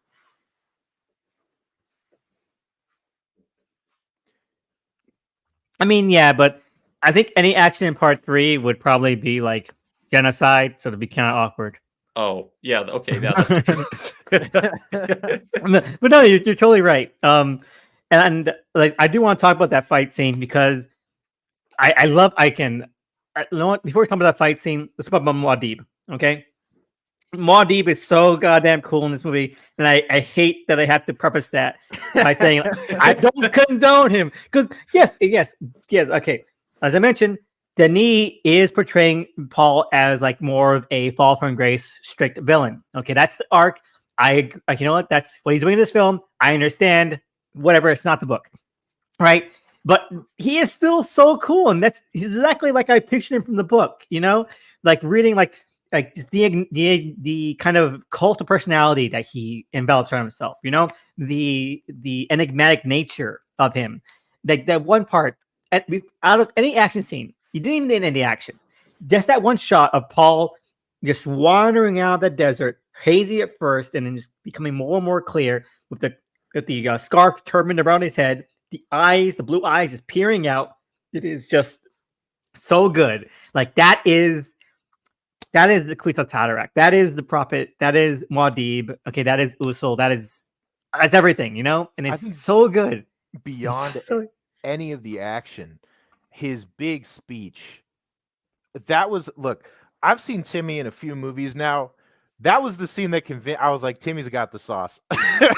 He's got that secret sauce that makes an actor great. Because I was watching him and he just commanded, like the entire theater was fucking silent. Because my he God. just had everybody just in his hand, in the palm of his hand. I was like, he just has this commanding, absolute presence that he was just phenomenal in this role. That part where he's in the throne room or like the makeshift one, and he still has his head all covered in that turban, and like he's just walking around and no one knows, and everyone's like kind of off putting. He's like, it's just like he's in control of that room, and like he knows, and he knows so much more than anyone else in there, and it's like it's just the power imbalance, and all he's doing is walking around, and you're feeling the kind of authority shift. The Emperor of the Universe is there, and no, this guy is the most powerful motherfucker in the galaxy. And it's not the Emperor, it's this raggedy, dusty weirdo with the glowing blue eyes. And like, it's so good. He's talking in his voice, and it's just so creepy and eerie and just intimidating. It's awesome. I think Kyle MacLachlan is such a great actor, but I think as Paul, he just really does not really do it for me. But I like him, but some of his stuff is better in the deleted scenes. I think I believe that. Like Spy Cyber Gut, like I do like the stuff where he's like he's talking to he kind of he just tells like that bird to shut up, you know, and shit like that in the deleted scenes that have been released. And I think he could have had more to do. I think he had enough juice behind him to do it, but to me is like the full capitulation. This is what's like. Again, I mentioned in the beginning when Denis said he was a fanboy with part one. I'm like, bullshitter. This guy's a liar because no one who's a fanboy would make part one the way they did. And then, as I said before, and I'll say it again, part two is made by a fanboy with convictions and a lot of things. It's like Frank Miller's Spirit. Okay, when Spirit came out, this Frank Miller Spirit movie came out, people were like, "Oh, I can't believe that Frank Miller made a Spirit movie." And like he spit on Will Eisner's grave, but like no, he and Will Eisner were like really great friends, and he had so much respect for the Spirit as an IP, as a property, as an idea, as Will Eisner's creation. It just turns out that if you actually read like early Spirit comics, that Frank Miller just has a very specific view about what made those comics entertaining. And you can see it on screen in that movie. And I can see the specific view that Denis Villeneuve has with Dune in part two, especially those scenes where like, okay, this is the guy that loves the kind of the overbearing, intimidating power of the message of the series, of the franchise, of like how people can create this, can manipulate and create power around them, you know, that become figureheads, that become focus points, that become flagships of a movement, even if that movement might be, you know, colonial or imperial or drastic or fascistic in nature. And you can see that like on screen. That's what's moving me forward from the first frame of this movie to like the last. Like this is a guy who knows exactly what he wants his ideal Dune to be, you know? And I love it. I think that is absolutely true, and I definitely think that you know, like it was actually a huge benefit to the Villeneuve adaptations as a whole that they shot the films separately. You know, because like a lot of the times, like you know, like nowadays. It's popular to do back-to-back filming. You know, you'll shoot like part 2 and 3 back-to-back, or you'll shoot all 3 movies back-to-back, and that's often helpful for like budget and continuity and stuff. But I think in this case, it was really helpful that, you know, they took that 2-year break in between the films, so you know they could assess, okay, here's what we did well, here's what we did not do so well.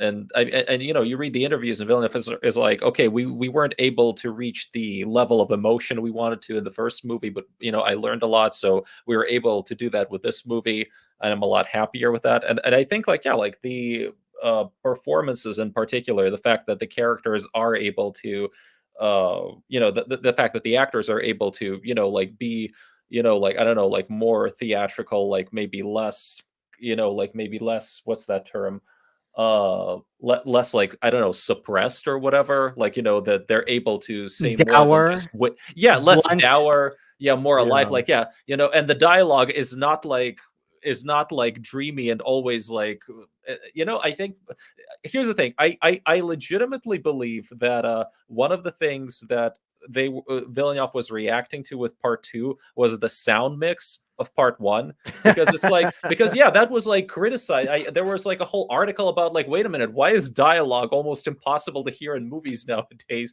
Because really, like in Dune, it's like, so people, it's like it seems that they're whispering like a lot, whispering and kind of slowly and kind of like not very, you know what I'm saying? Like even that whole "a holy war in my," you know, in my name speech, and it was like, I think barely, it was like barely legible, right? And here, like, no, it's very crisp, it's very clear, and you get a much better sense of the you know, it's less subdued, you know what I mean?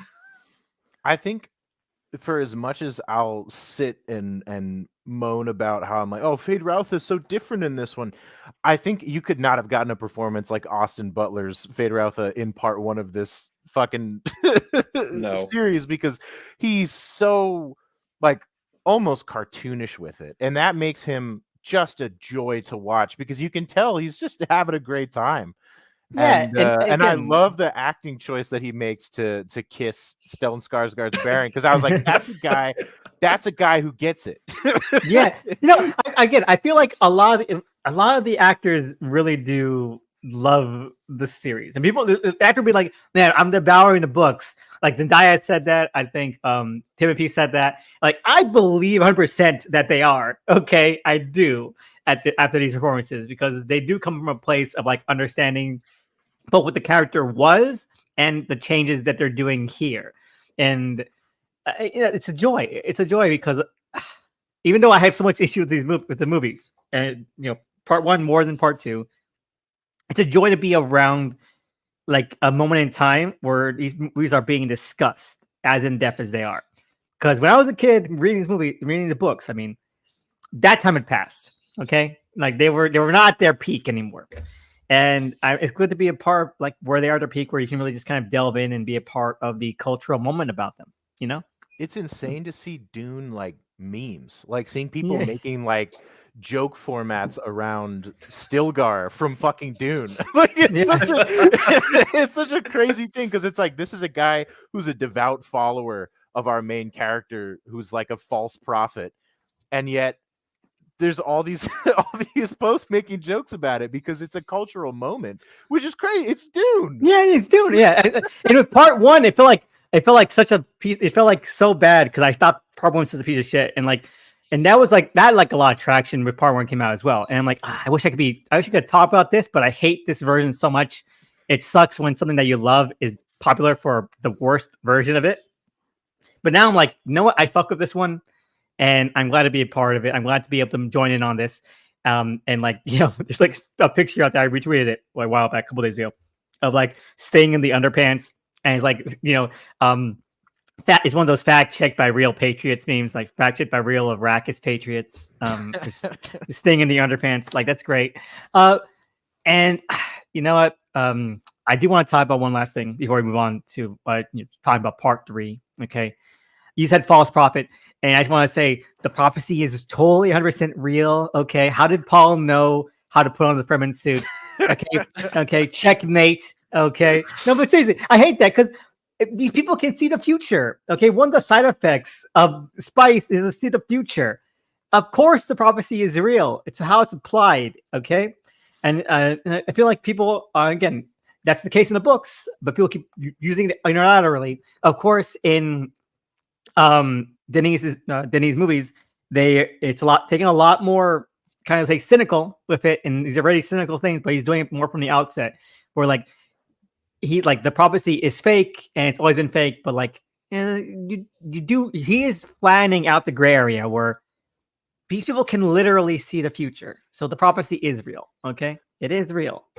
Well, I I'm think sorry. the interesting thing about the whole concept of prophecy and everything is that there's sort of a gray territory here, at least in the book, where it's like these people can see the future, and even though there's all these people who might doubt, maybe even the Bene Gesserit who made the prophecy are like, yeah, we know that we've sort of been like inserting ourselves into these cultures and spreading this story of this prophecy of this guy who's going to be the son of a Bene Gesserit, and you're going to accept them into your home and give them this great power. And it's given them this unilateral like reach across the galaxy because they've infiltrated over several years and several generations and spread this mythology. But also in the books they talk about like, well, actually, like, even if it is fake, like he's fitting the role that this prophecy is supposed to foretell, and he's doing these crazy, incredible things that were foretold. And so it's like, how much of it is like a cynical, this is a ploy for power, and how much of it is there's an actual aspect of this guy is our Messiah, he's our leader, he'll lead us into greatness. Because while Paul both utilizes the he uses the Bene Gesserit sort of propaganda that's been spread, but he also does accomplish these great things that he says he's going to do.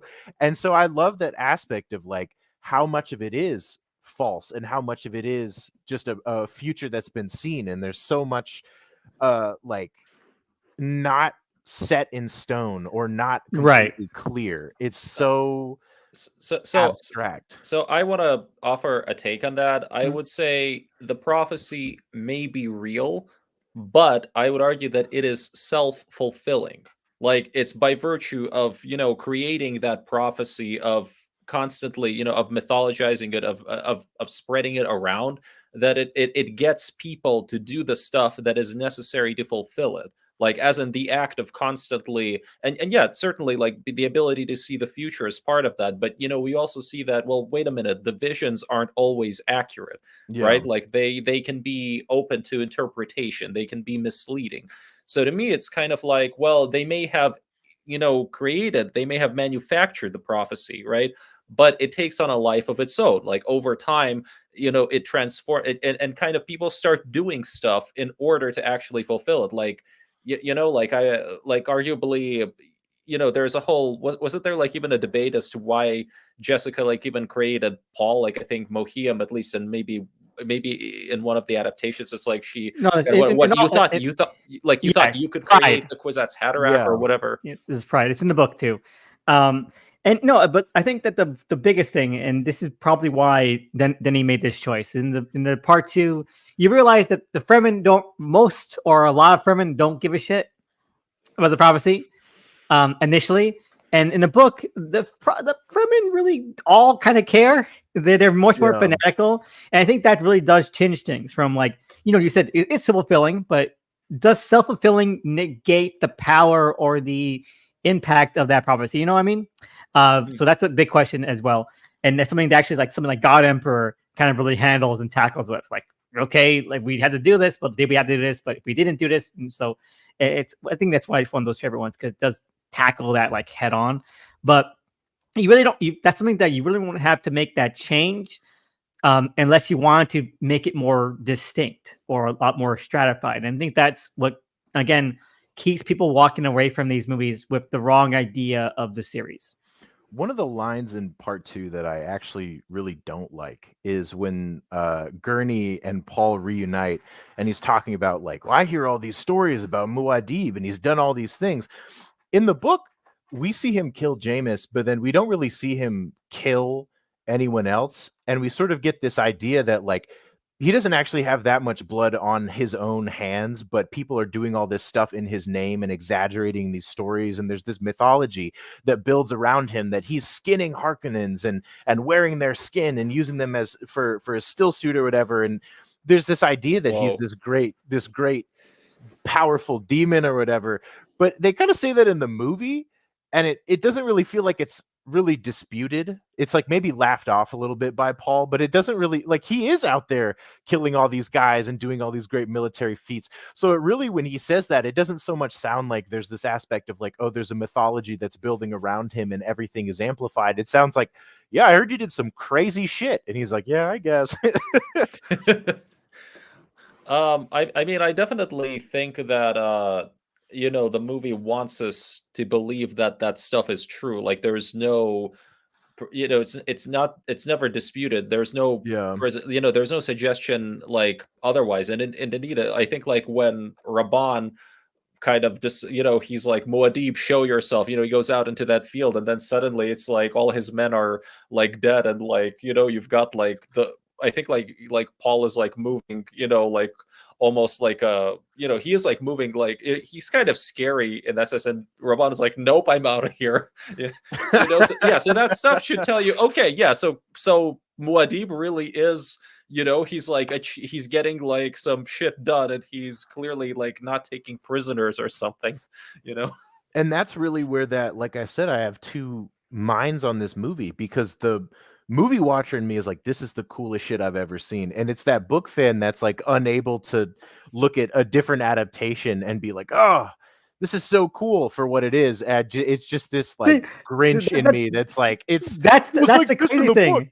That's the crazy thing, because I feel like I'm, like, a much larger, like, I've been a fan longer, but it's the reason why it's so different is why I like it.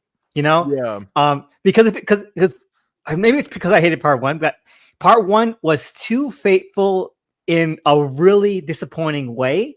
And that's what makes, like, I like this more, because it's not faithful in a disappointing way. I like it more because it's different in a very fun way, even though it might not be as interesting as what I feel the book went with, Well, that's why our discussion of, like, well, where might he go with this, has me suddenly excited for what's coming up. let's get into that. Unless there's anything else you guys want to talk about, we can get into that right here.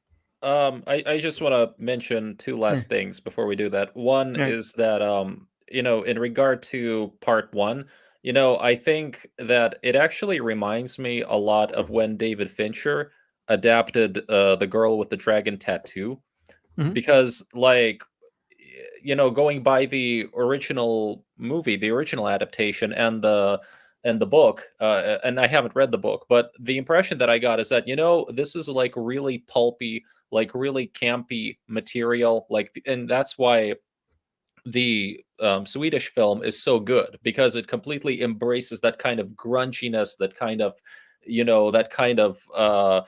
campiness that's in the movie. It has like a very over the top villain, right? Like it kind of goes to those places, and you watch the Fincher version, and Fincher is just trying to dial everything down and make it like really, like, quote unquote realistic, and dial and grounded and everything, and it just doesn't mesh with the source material. So it's like your source material is like really pulpy and everything, but you're like completely diluting it with the execution. Yeah. And ironically enough, to me, the biggest uh illustration of that was Stellan Skarsgård, who was in the Fincher Girl with the Dragon Tattoo, and he plays the main villain. And it was like completely like the wrong approach to that character. You know what I mean? So ironically enough, here it's like, I'm like, well, so here also, like, you have Stellan Skarsgård, and he's just not, I feel like he doesn't get a chance to be like really over the top and cartoonish as the Baron. Like, I mean, the Baron's design is cool, but there's almost like no theatricality or grandeur or that idea. I mean, the guy's like a huge blob who's kind of, he like embodies like greed and capitalism and all these vices, right? Yeah. And they don't have that, No, did you hear that deleted scene that River Person was talking about from part one? Oh my god! That deleted scene sounds so weird to me, because how would it ever fit at all in that movie? It feels like it should have been in the Lynch movie. It's so weird, and that's why I think, like, I don't think I would ever like any version of part one, even if they had all the deleted scenes back in that they filmed or whatever. I don't think it would ever be good to me, because of just how that tone, the baseline tone of that movie is. But so the deleted scene that Rick Prison was talking about was a scene where, after Paul and Jessica are captured, the Baron tortures Jessica by laying on her and suffocating her a little bit with his fat. And I'm like, how would that fit in part one? Like, at what point did you even think it was a good idea to film that for the movie that you're making? No, that okay. I'm sorry. That the thing cannot. is that's just not Stellan's Baron. Exactly. Yeah. So it's like that's even. I don't think that's even fucking Lynch's Baron. That's like a weirder Baron in a different kind of way. I'd watch that movie. I'd watch that part one, but that's not the part one you were making. So why did you film that? The thing about the Baron is that I feel like neither adaptation quite got the book character, but Lynch does something so fucking fantastic with the Baron, where he makes him just this larger than life. Like, he's scary, but in the sense that it's like, this dude's just fucking, he's missing a screw or two. He's just out there. He's so, and like all of the Harkonnens in Lynch's versions are so good, because you can tell he loves these cosmic weirdos. He loves that they're just bizarre and out there. And did you read the summary of the Dune Messiah script? I did not, unfortunately, get it. So the guy who wrote that, who read Max it, Avery. and Max Avery, who wrote the making of the book, which is fantastic. Everyone should read it. He wrote down, like, he agrees with you that Lynch loves the Harkonnens in general. So he would have introduced the father of Fade and Raban into Dune Messiah. Oh, right, Abelard Harkonnen, right? Yeah, who was only mentioned in the original series in the appendixes, but later on, years later in 2000s, Brian Herbert would have written in his prequel novels that he was killed by Raban. Okay, so Lynch wouldn't have known that, so he'd been like, "I'll introduce him, and he'll be working in tandem with the Talaxu." Okay, the Mhm. cloners. So that's fun. And hi, Aki. Aki's here. And it would have been really, Yeah. yeah, But and go it on. would. Yeah, I interrupted you. You said he loves the Harkonnens, Alex. I was just saying, I feel like with the Baron that Stellan does is it's like he doesn't have the like cunningness of the book Baron, but he also doesn't have really the imposing weird scariness of the Lynch Baron. So he's just kind of like No. a bad guy. But as much as I love Stellan Skarsgård, I feel like this performance just doesn't give me that feeling of like gluttony and like I don't feel grossed out by him. I don't feel that intimidated by him.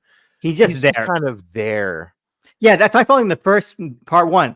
Like when we see every time we see the Baron in part one, he's just laying around.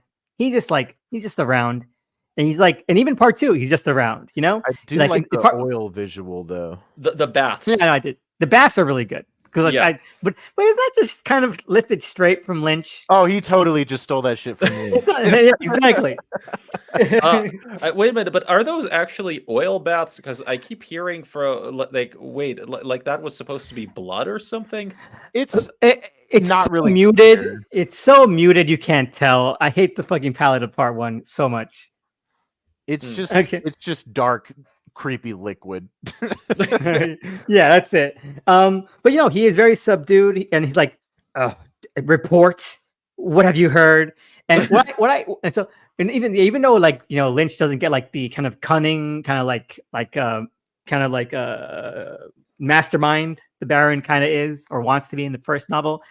He lifts so much of like the pettiness, the cattiness, Yeah. and Yeah. just the kind of like the disgustingness of that character. I love so much of the Baron's dialogue is just verbatim from the book. Oh God, Like, yeah. like 90% of it is verbatim from the book. I love the part where he and Piter, Brad Dourif, who's amazing and so memorable. And I'm sorry, Darren Deathnalky, and you are so fucking boring in part one. All right, he's like, sorry, he should have been better. Like I love because in the first scene with Baron and Piter in the novel, they're like a catty married couple. Okay, they're Yes. just nipping at each other, right? And then the Lynch movie, like my plan, the plan. Like it's just compromise. It's the plan.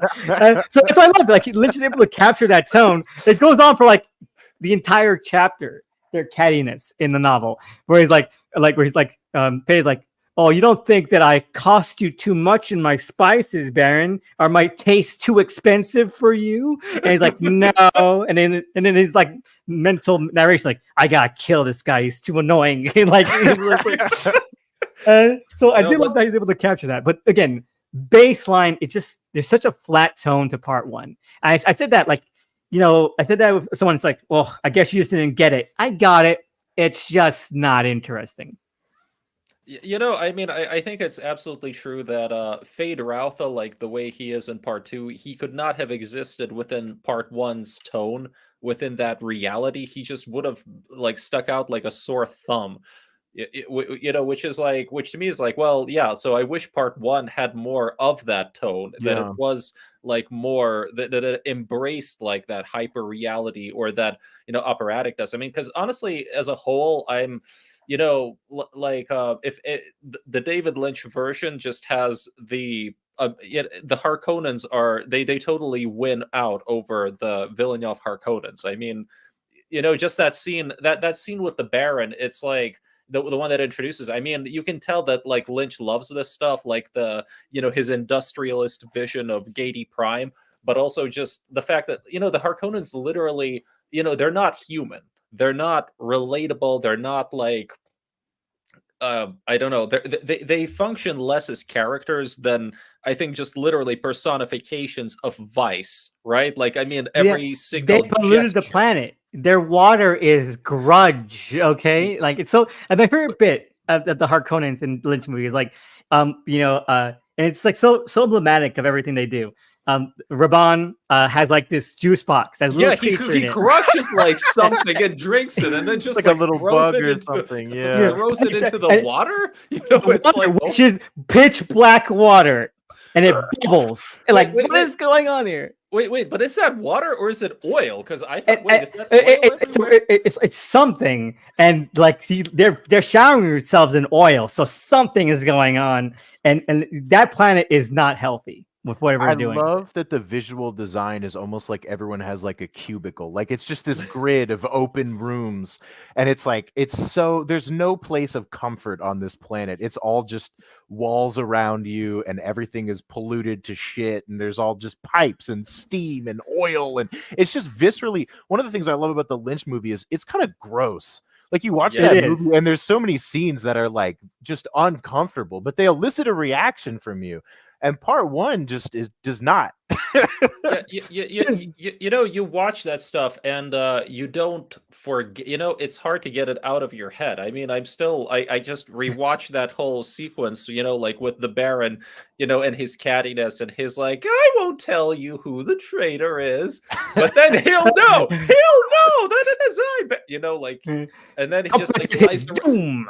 Yeah, that it is I, Baron Vladimir Harkonnen, who encompasses What were you watching? He does not sound like that. That's the worst impression I've ever heard. Okay, I'm sorry. No, but like, you know, I'm just like, no, I just love that part, and then Raban just starts laughing at that. Oh, and then- let's talk about Raban. Okay, let's finish. But okay, everyone keeps saying that like Raban in the Denis movies are like is such a nuanced character.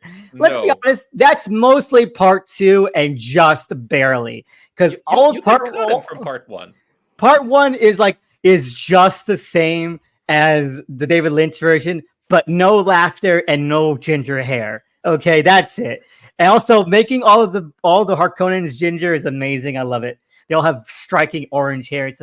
But no, and then also like yes, he has a little bit more nuance in part two, but it's also really dumbed down for part one because in part one, the novel makes it clear that like the Baron is just manipulating Raban into failing overtly, and it kind of makes, and that I think adds a little more spice to it than part two, where it just seems like Raban is just failing naturally, and like it's a little more interesting. It's interesting that both the Lynch and the Denis movies both do like, oh, Raban's doing a terrible job, so we have to get rid of him.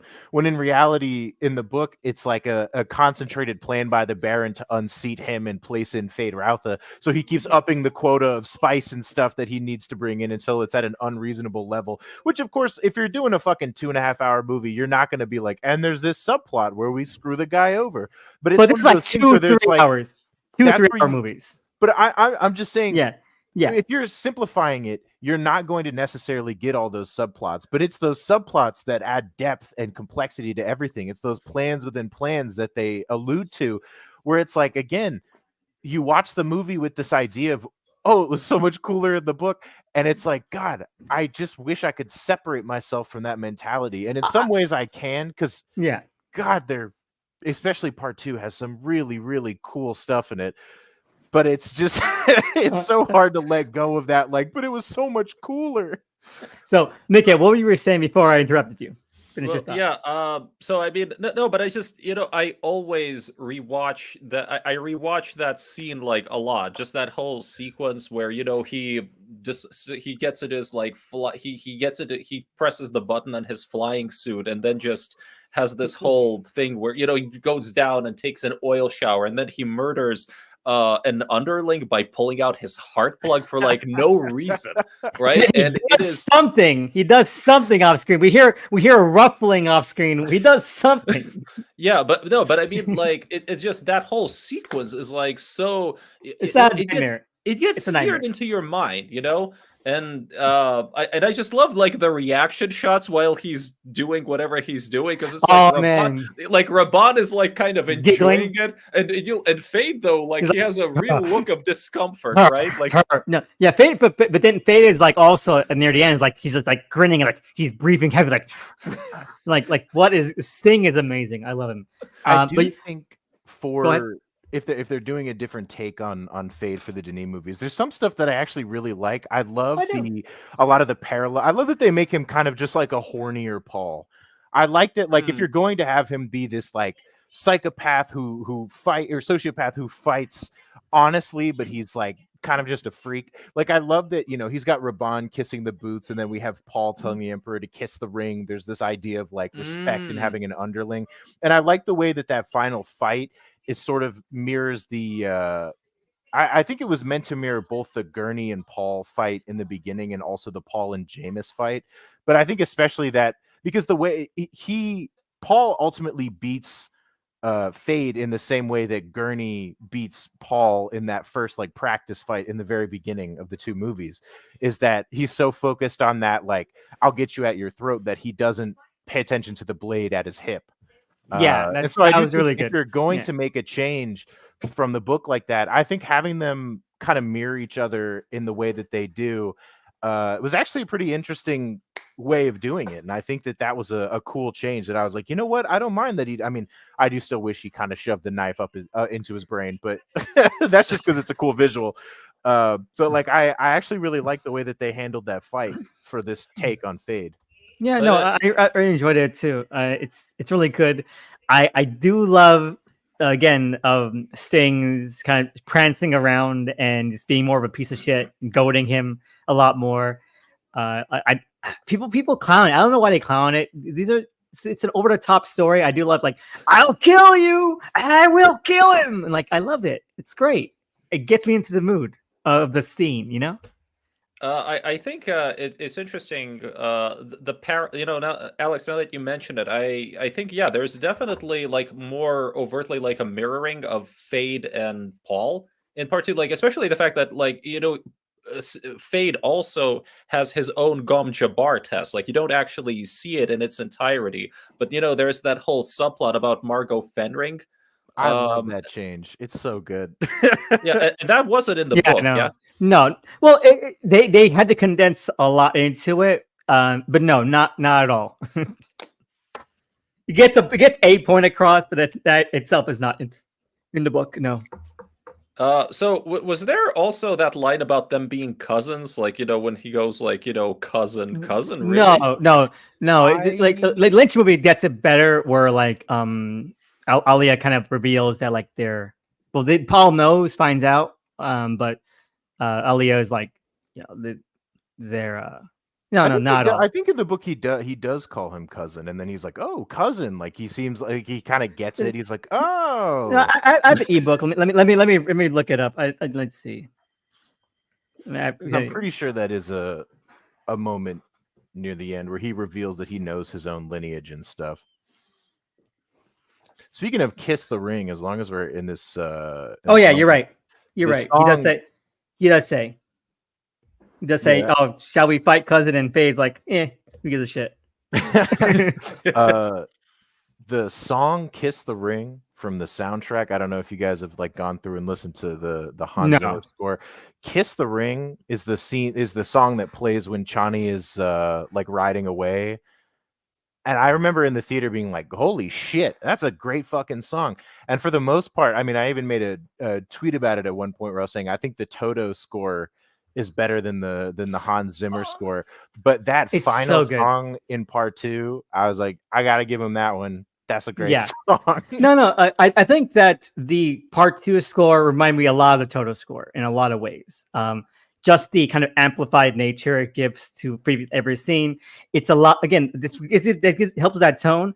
I think again, part one, everything's subdued. Even the score is subdued a lot. Of course, you'll have big moments, but part two score, it's always underlining. It's like following along a lot more overtly with scenes, and I love it. I love being carried away by a fantastical story like that, and I think that's what I love the Toto score, because like you're never not hearing it. It's like part of the film in such an inextricable way. Like it's another kind of, it's its own chorus, you know, as underneath the story. It's like part of that fabric, and you know, I mean, I think maybe I just remember that score a lot better. I don't know, maybe it's because I've seen the Lynch movie a lot more, you know. But I definitely liked what Hans. I mean, I generally love Hans Zimmer, and I think it's like his work stood out more in part two. That's for sure. All right. So anything else before we move on to like part three?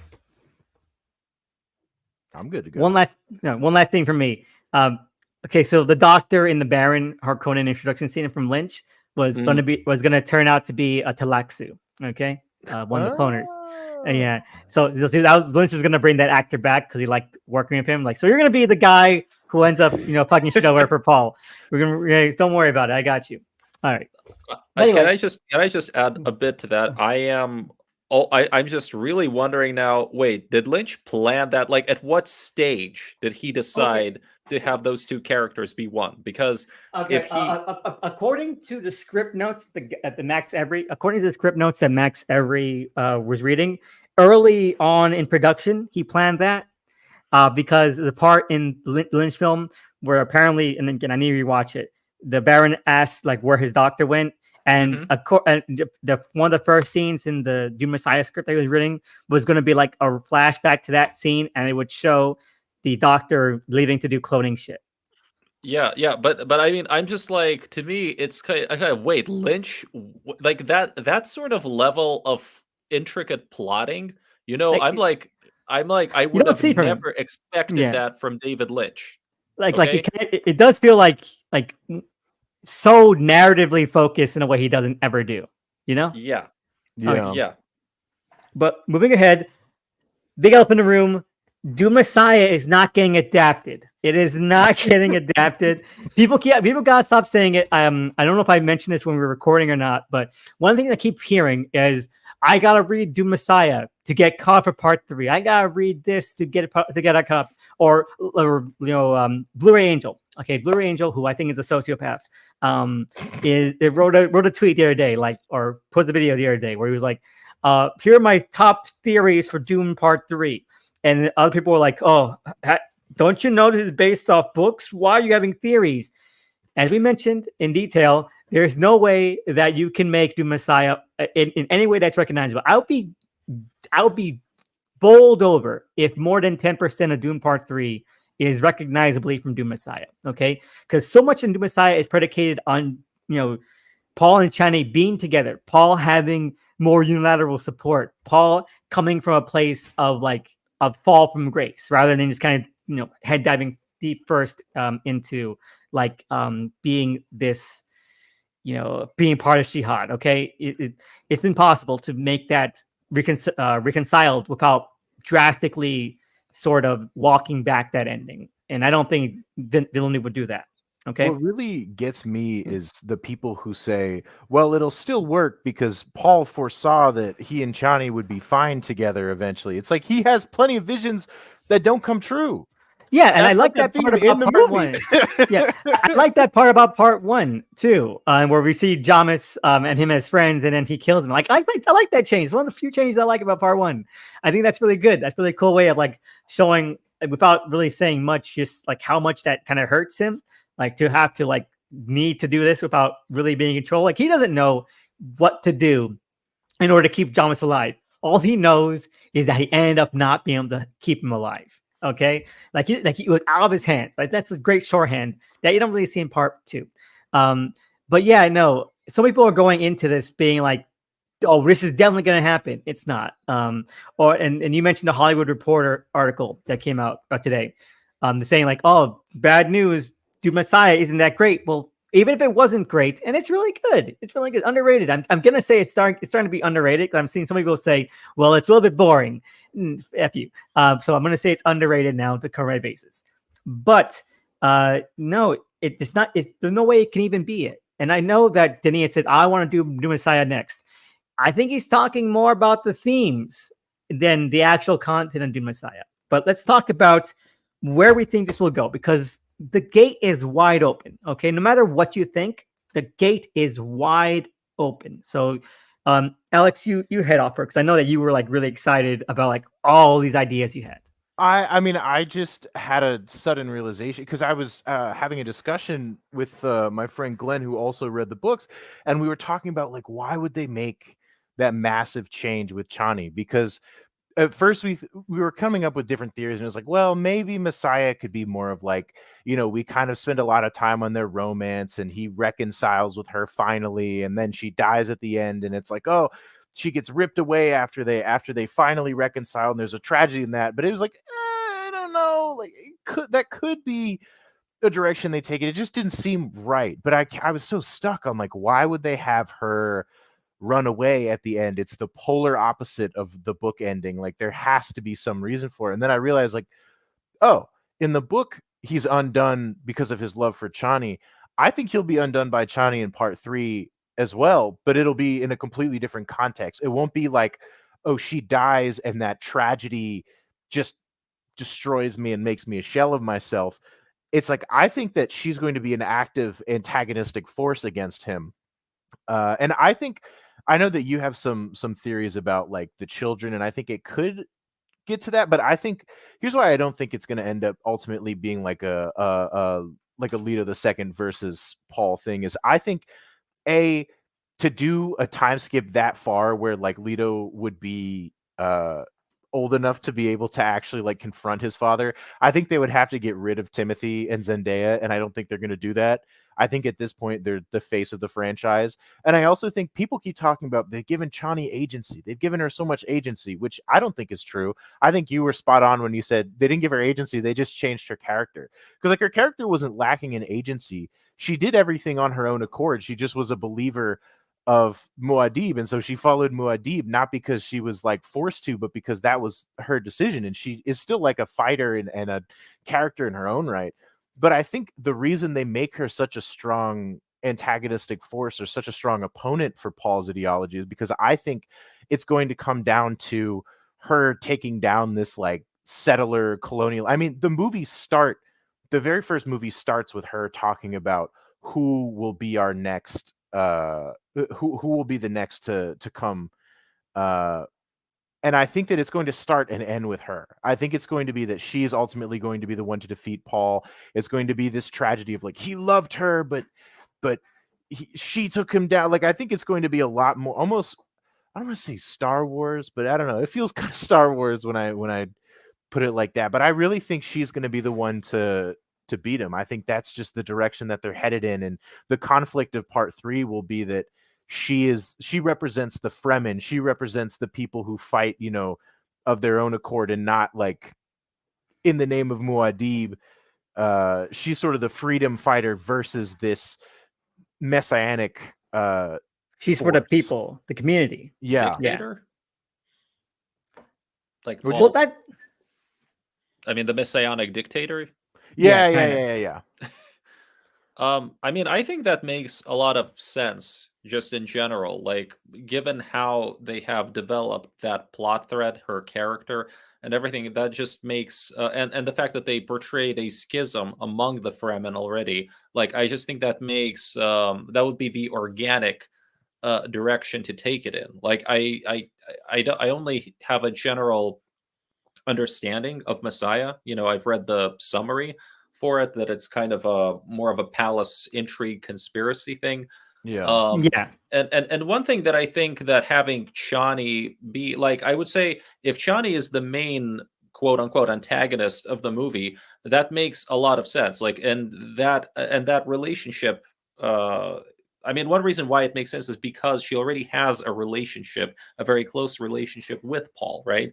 And to me, that would make her that would make like her turn against him. Like, that has a lot of dramatic potential, right? And it's probably the most well developed, that would be like the most well developed kind of antagonistic relationship so far. I mean, it's like one of the problems I think with the movies, or maybe with the source material, whatever, is that like a lot of these characters don't interact. Like, the Baron is separated from from like the Duke for, I mean, they have like only one scene together. I think like Fade and Paul have only one scene together. Whereas Chani and Paul, like, they've been the whole movie together, and now it's like, okay, if they are on opposite sides, come Dune 3, then like, well, that's a relationship that's been developed, and it makes sense to like have it like go there. So, and that could also maybe allow for a very different that could allow for more action, I think, because of like Chani. Yeah, because if Chani wants to overthrow the guy, then quite literally, then you would have to have like actual battles and Fight. conflict. Yeah. Yeah. So I'm hoping that's where they go. I'm hoping they don't backtrack from that, because a lot of sequels like to go back on the setups of the like of the previous films, and I'm hoping that they carry this out to its logical conclusion.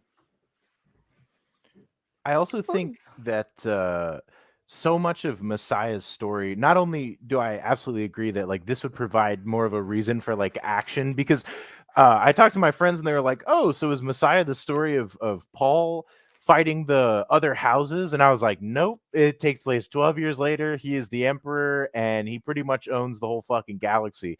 Like it is people standing in rooms and talking about their plans for the entire book. That is the whole thing. There is almost no big action. There's like one action set piece, but everything else is pretty much just talking about how people are fucking Paul over."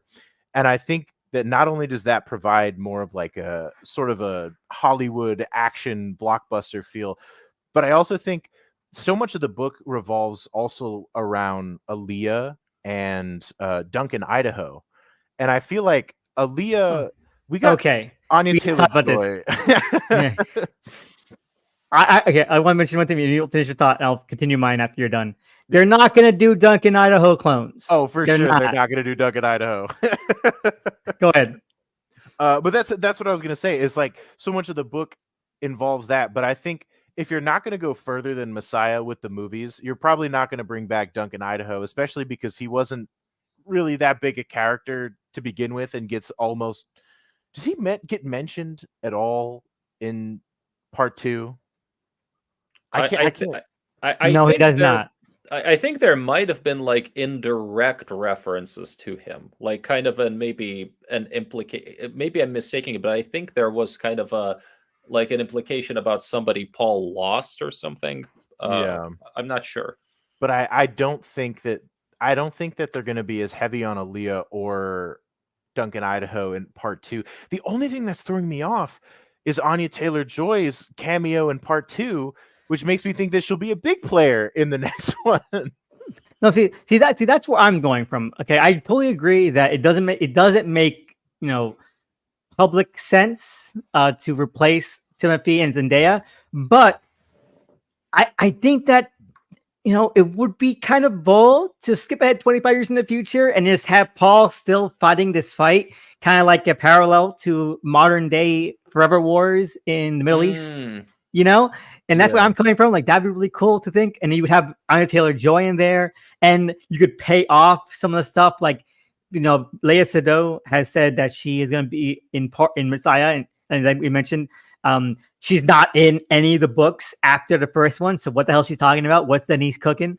I think that, we're going to see or have a big part of that be, Fade Rafa's kid with her, whether or not the kid is the girl from the prequel interquel novels that Brian Herbert wrote, who knows? But that's why it makes me think. That's why it makes me think about maybe it's going to be more about of a next generation story. Yeah, because you have all these children that are potentially in play. Leto and his twin sister Ganima, or the unnamed Harkonnen baby with Margot, and all of that. So that could be really interesting to see play out. But then again, my main concern with that is it does weaken the momentum of part 2's ending, and I don't know if they would get rid of that. And so that's me thinking like how the story could progress narratively. Of course, outside context in the real world, you're right. Timothy and Zendaya are the faces of the franchise. Why would you replace them? It makes no sense. So that's my main concern there. Other than that, I think you're completely right. It just makes more sense to have Zendaya be the proactive hero there and not do like a Shakespearean like father and son thing. I could see that happening as well if they do the time skip. Okay. Can I just add that if they do a time skip, they don't necessarily have to replace any of the actors because they're too young. I don't want to see like, oh, I'm actually like 100 years old because of the spice. Well, yeah, but that's what I mean. The spice, right? Like it lets. I don't want to see that. No, but come on. I mean, they live for like hundreds of years, right? So like it slows down the aging process, right? It'd be like In Time, where Justin Timberlake says Olivia Wilde is his mother. No, she's not.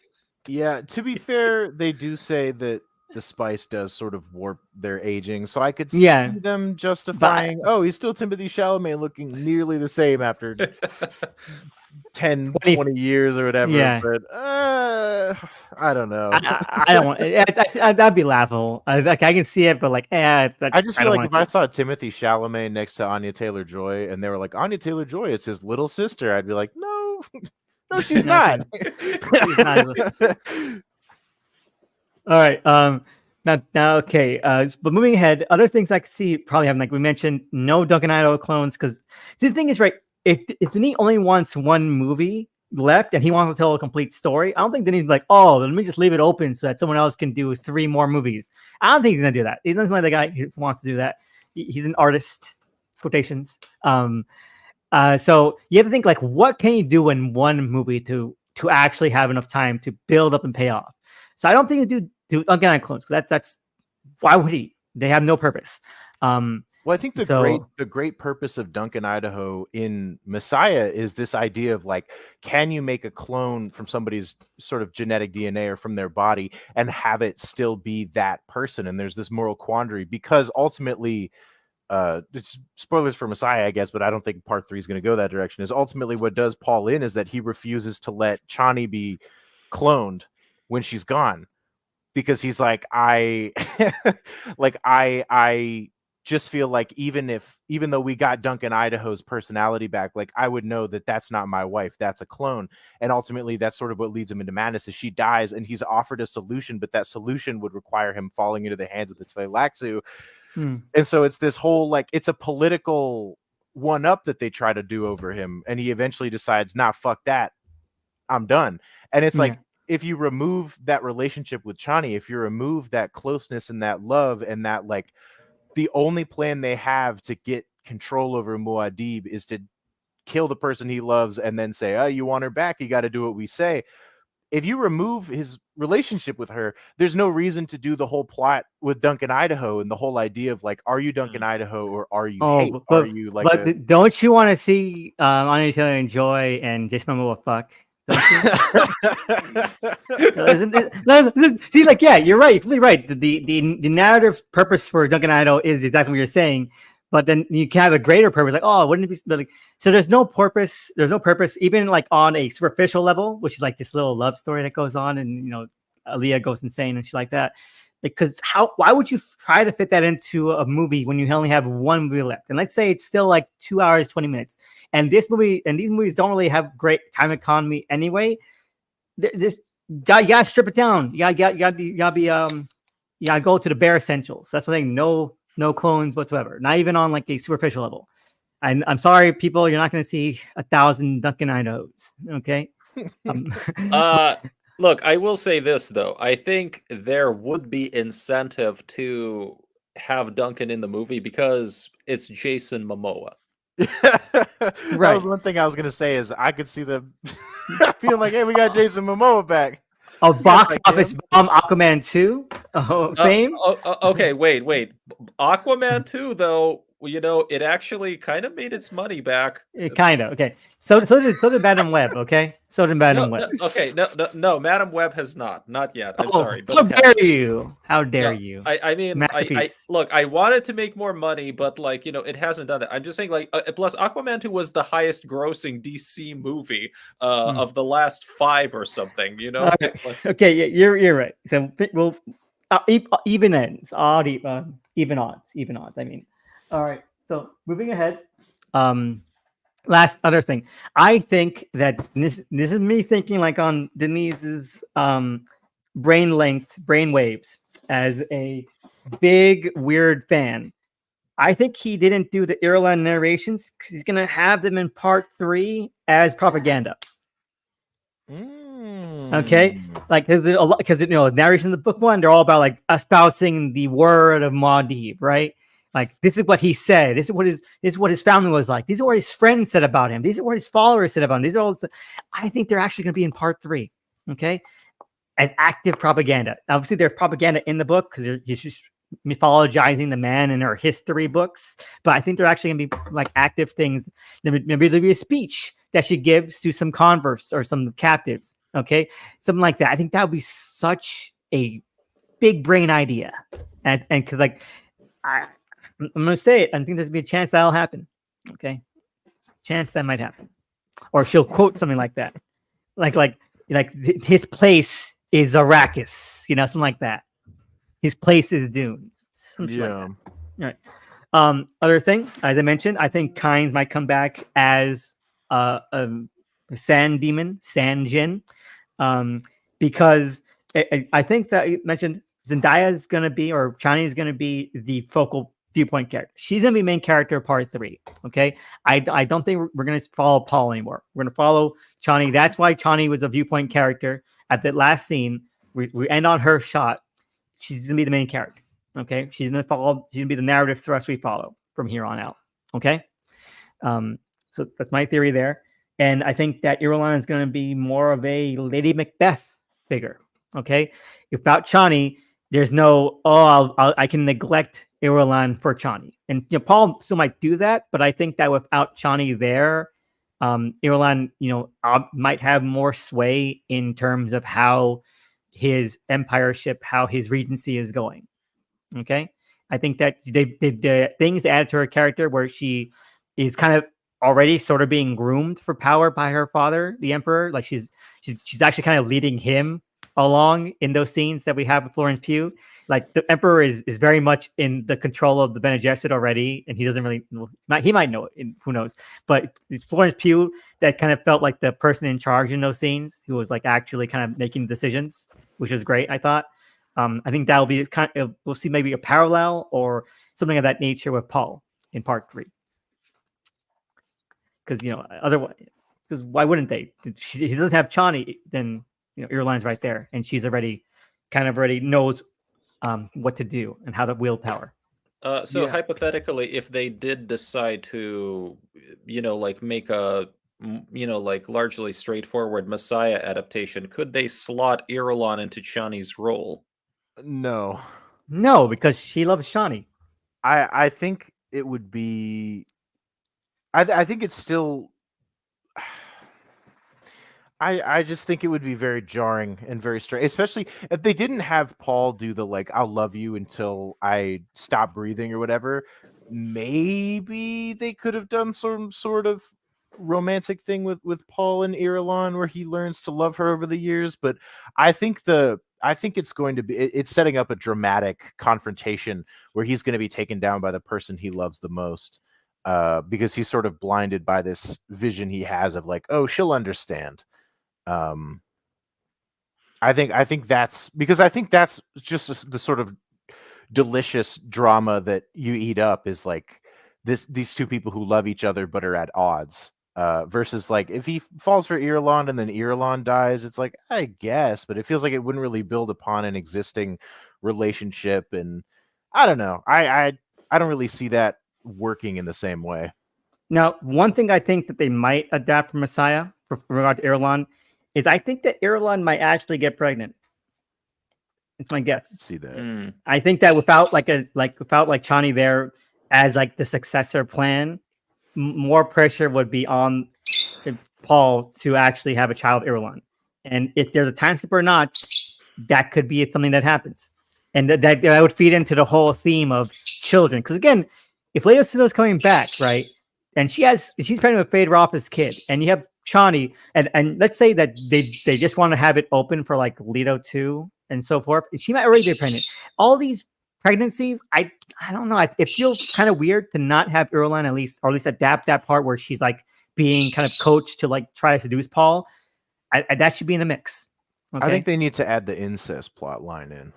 Yes, of course. Yeah, I agreed. No. I mean, Lynch was going to add that in too, apparently, in the script. Oh my god, that does not surprise me. I mean, I think he's still going to refuse to do stuff with Irulan. I think he's going to be very no matter how long it takes, I'll get her back.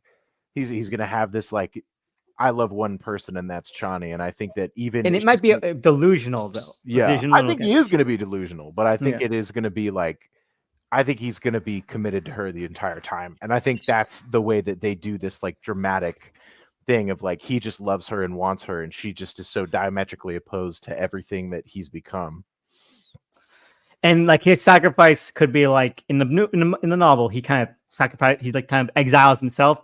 So I feel like they could translate that in a way where he eventually kind of just gives in Yeah. to her rebellion. Well, I think it's like in he that way. could beat her, but it would require killing this person that he loves Yeah. or whatever, and he's not willing Yeah. to do that, and that's what does Yeah. him in. So it's in the same way of like the love is the weakness, and then you tie it into what the Emperor said about his father, and we do parallels. Yeah, It's cinema, baby. definitely. Uh, Yeah, so that's what this, yeah.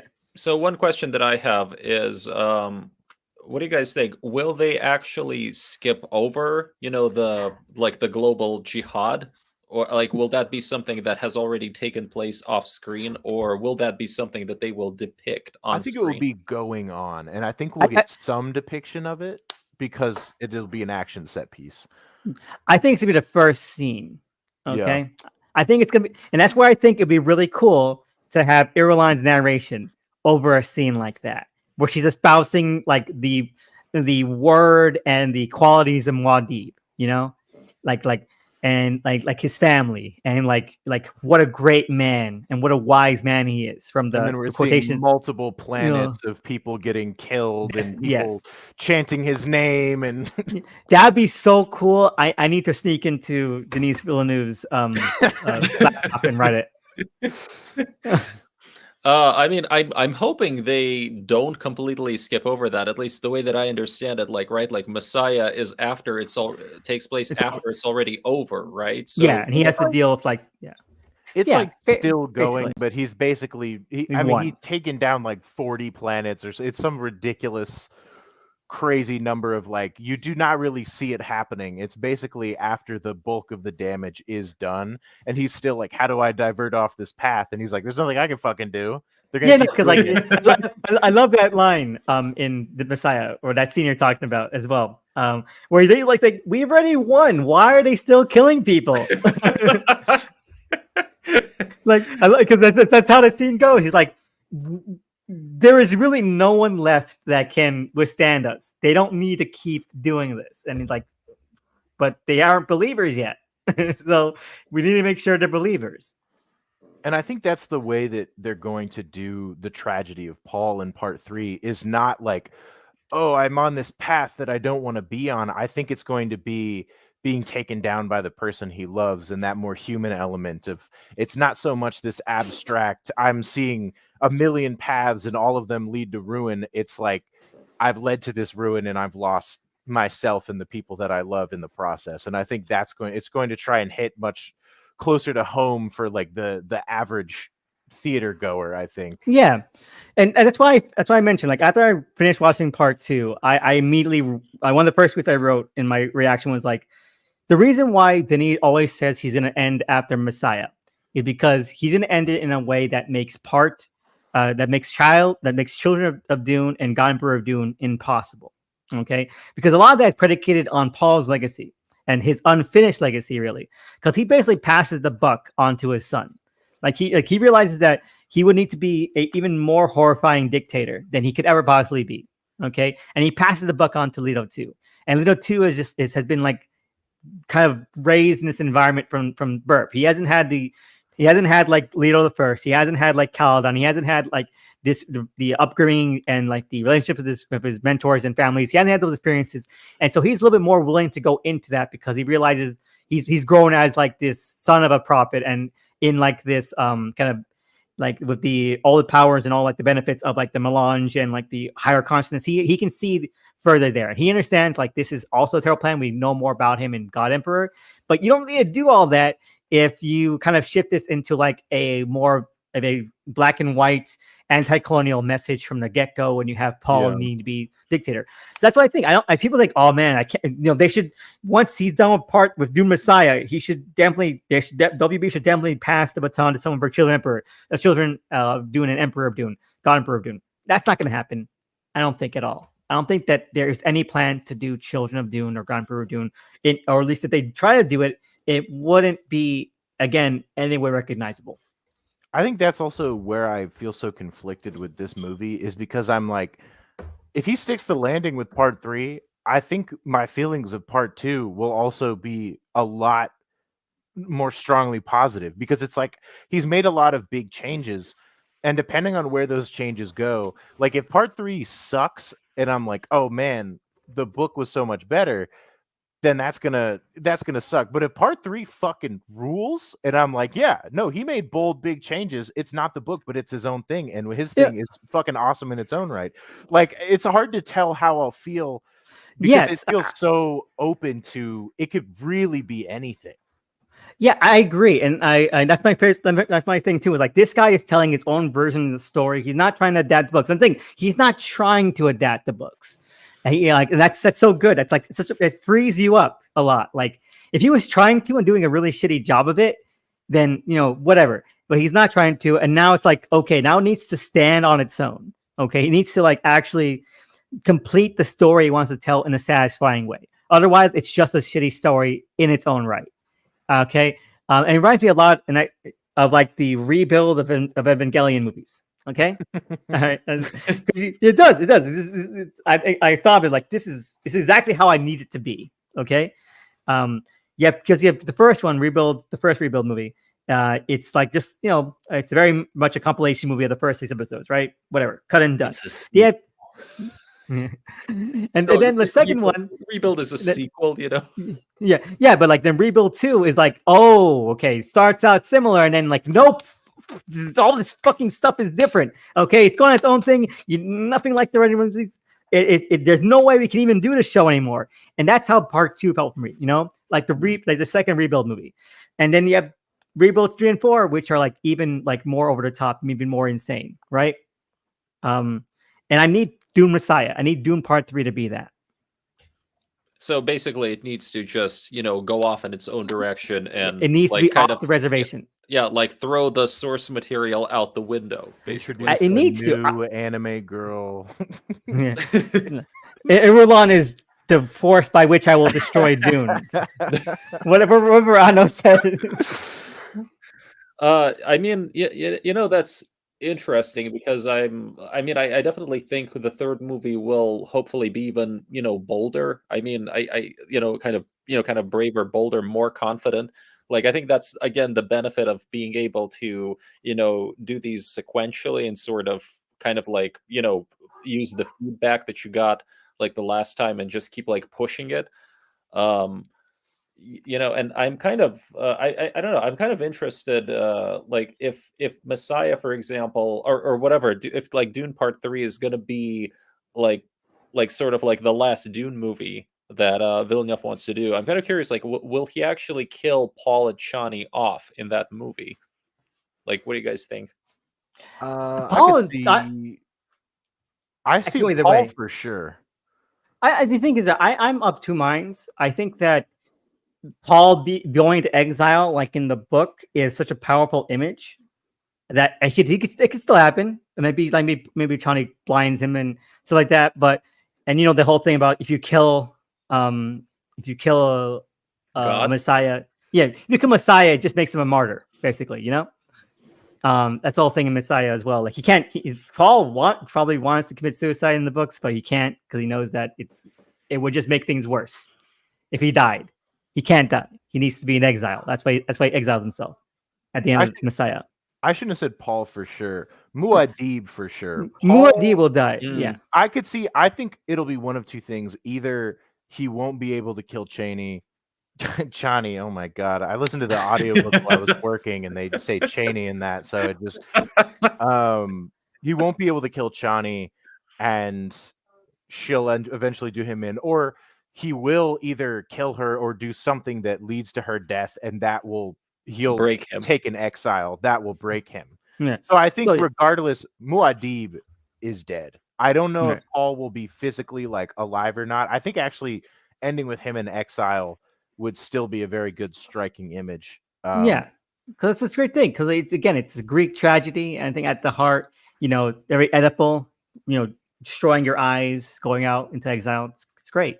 Plus, if they do that, if they start with the Irulan monologue where she says, even though he spent the first 15 years of his life on Caladan, make no mistake, Arrakis will always be his home. If it ends with him in exile in the desert, spending the rest of his days out in the sand, like Yeah, That's fucking poetry, baby. it is. That's what these movies need. These movies need that.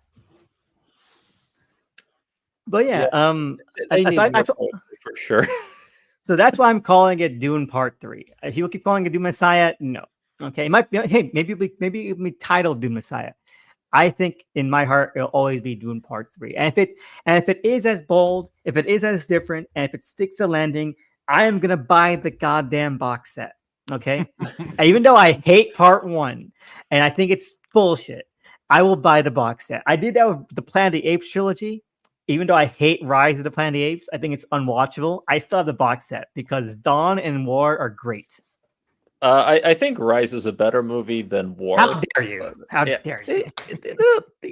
I don't know. It's like I thought the beginning, despite having lots of problems, was We'll like, well talk about handled. this before Kingdom comes out. We'll have to set something up. We'll talk Okay. about how wrong you are. Okay, sure. Anyway, any final thoughts? I'm excited for 3. Even though I just sat here and complained about 2 for 2 hours. It was a great time. It was a great time with friends. It's a fucking awesome movie, and I'm really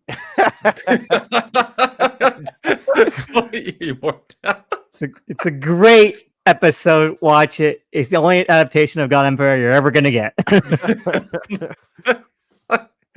I'm just I really want to see more sandworms. Like I hope that they do have some action that can really show you like this is what it means to have like sandworms at your command. You can wipe out an entire like army like with like with like sandworms. Yeah, that's the other thing about Messiah is there's like almost no worms. Oh, Right. really? Yeah. Oh my God. No, because like a part of the thing, right? And again, people were like, "Oh, I can't believe Paul would be lying to the Fremen about making Arrakis a green paradise." The sandworms are going extinct. Okay, they're going extinct because of the shit he's trying to do to terraform it. Well, wait. So just to be clear, though, Paul's like, what are like the limits of Paul's powers? I mean, because I remember, because at the end of the Lynch movie, he can make it rain. Okay, so he makes it rain, and then in my favorite part of the description of the Doom Messiah script, the intro, they realize, oh wait, we need to make Doom Messiah. We can't kill off all the worms at this point. They have apparently there's a line where Irulan is like he's like talking with Paul, like, Paul, why don't you ever make it rain a second time? He only made it rain once for a short time, and that was it. Don't worry, the worms are safe for now. Yeah, no, but really, like, what exactly are his? I mean, is his power mostly like in prescience? Is that like his main, like strength, or can he do like some real, godlike shit? It's mostly in prescience. It's Yeah. prescience and charisma is the fact that he's able to lead these people. And part of it is like, I know everything about you and every possible future. And part of it is just that, I mean, he just has this command over these people. But it's not like I can reach into the sky and make it rain, for I am the Kwisatz Haderach. I mean, when he does terraform Dune, but it's by like introducing plant life and water and stuff. Yeah, basically planet. Keynes' 1,000-year plan coming to fruition a little bit But early. yeah, his real thing is just that he is so deeply addicted to spice and so entrenched in every possible future that like his quote unquote powers are really just very similar to that of like a guild navigator. Is he's just thinking in all possible realities at the same time. But it's also his greatest weakness because he loses a lot of like his own grip on humanity, and he's always with this paranoia of he keeps seeing like bad futures and he keeps trying to counteract them or like make small changes in his own reality so that it's not like the vision that he saw. And the other thing is they introduce characters in Messiah that can like shield themselves from his visions of the future. And so now there's like a bunch of unknowns that he's not able to see, like the strongest mentats or the guild guys or the Tleilaxu. So that is another factor where he's like, it's all this big mental game of chess where he's trying to outsmart everyone, even blinded. Like Scry against Scry. Yeah. Like Uh, Madam Web. Okay. Full circle. Yeah. Wait. Okay. So then here's the thing. So in the scene with Anya Taylor-Joy, we see that there is now a sea, presumably on Arrakis. Yeah. So do you guys think that we will actually get that sea in part 3?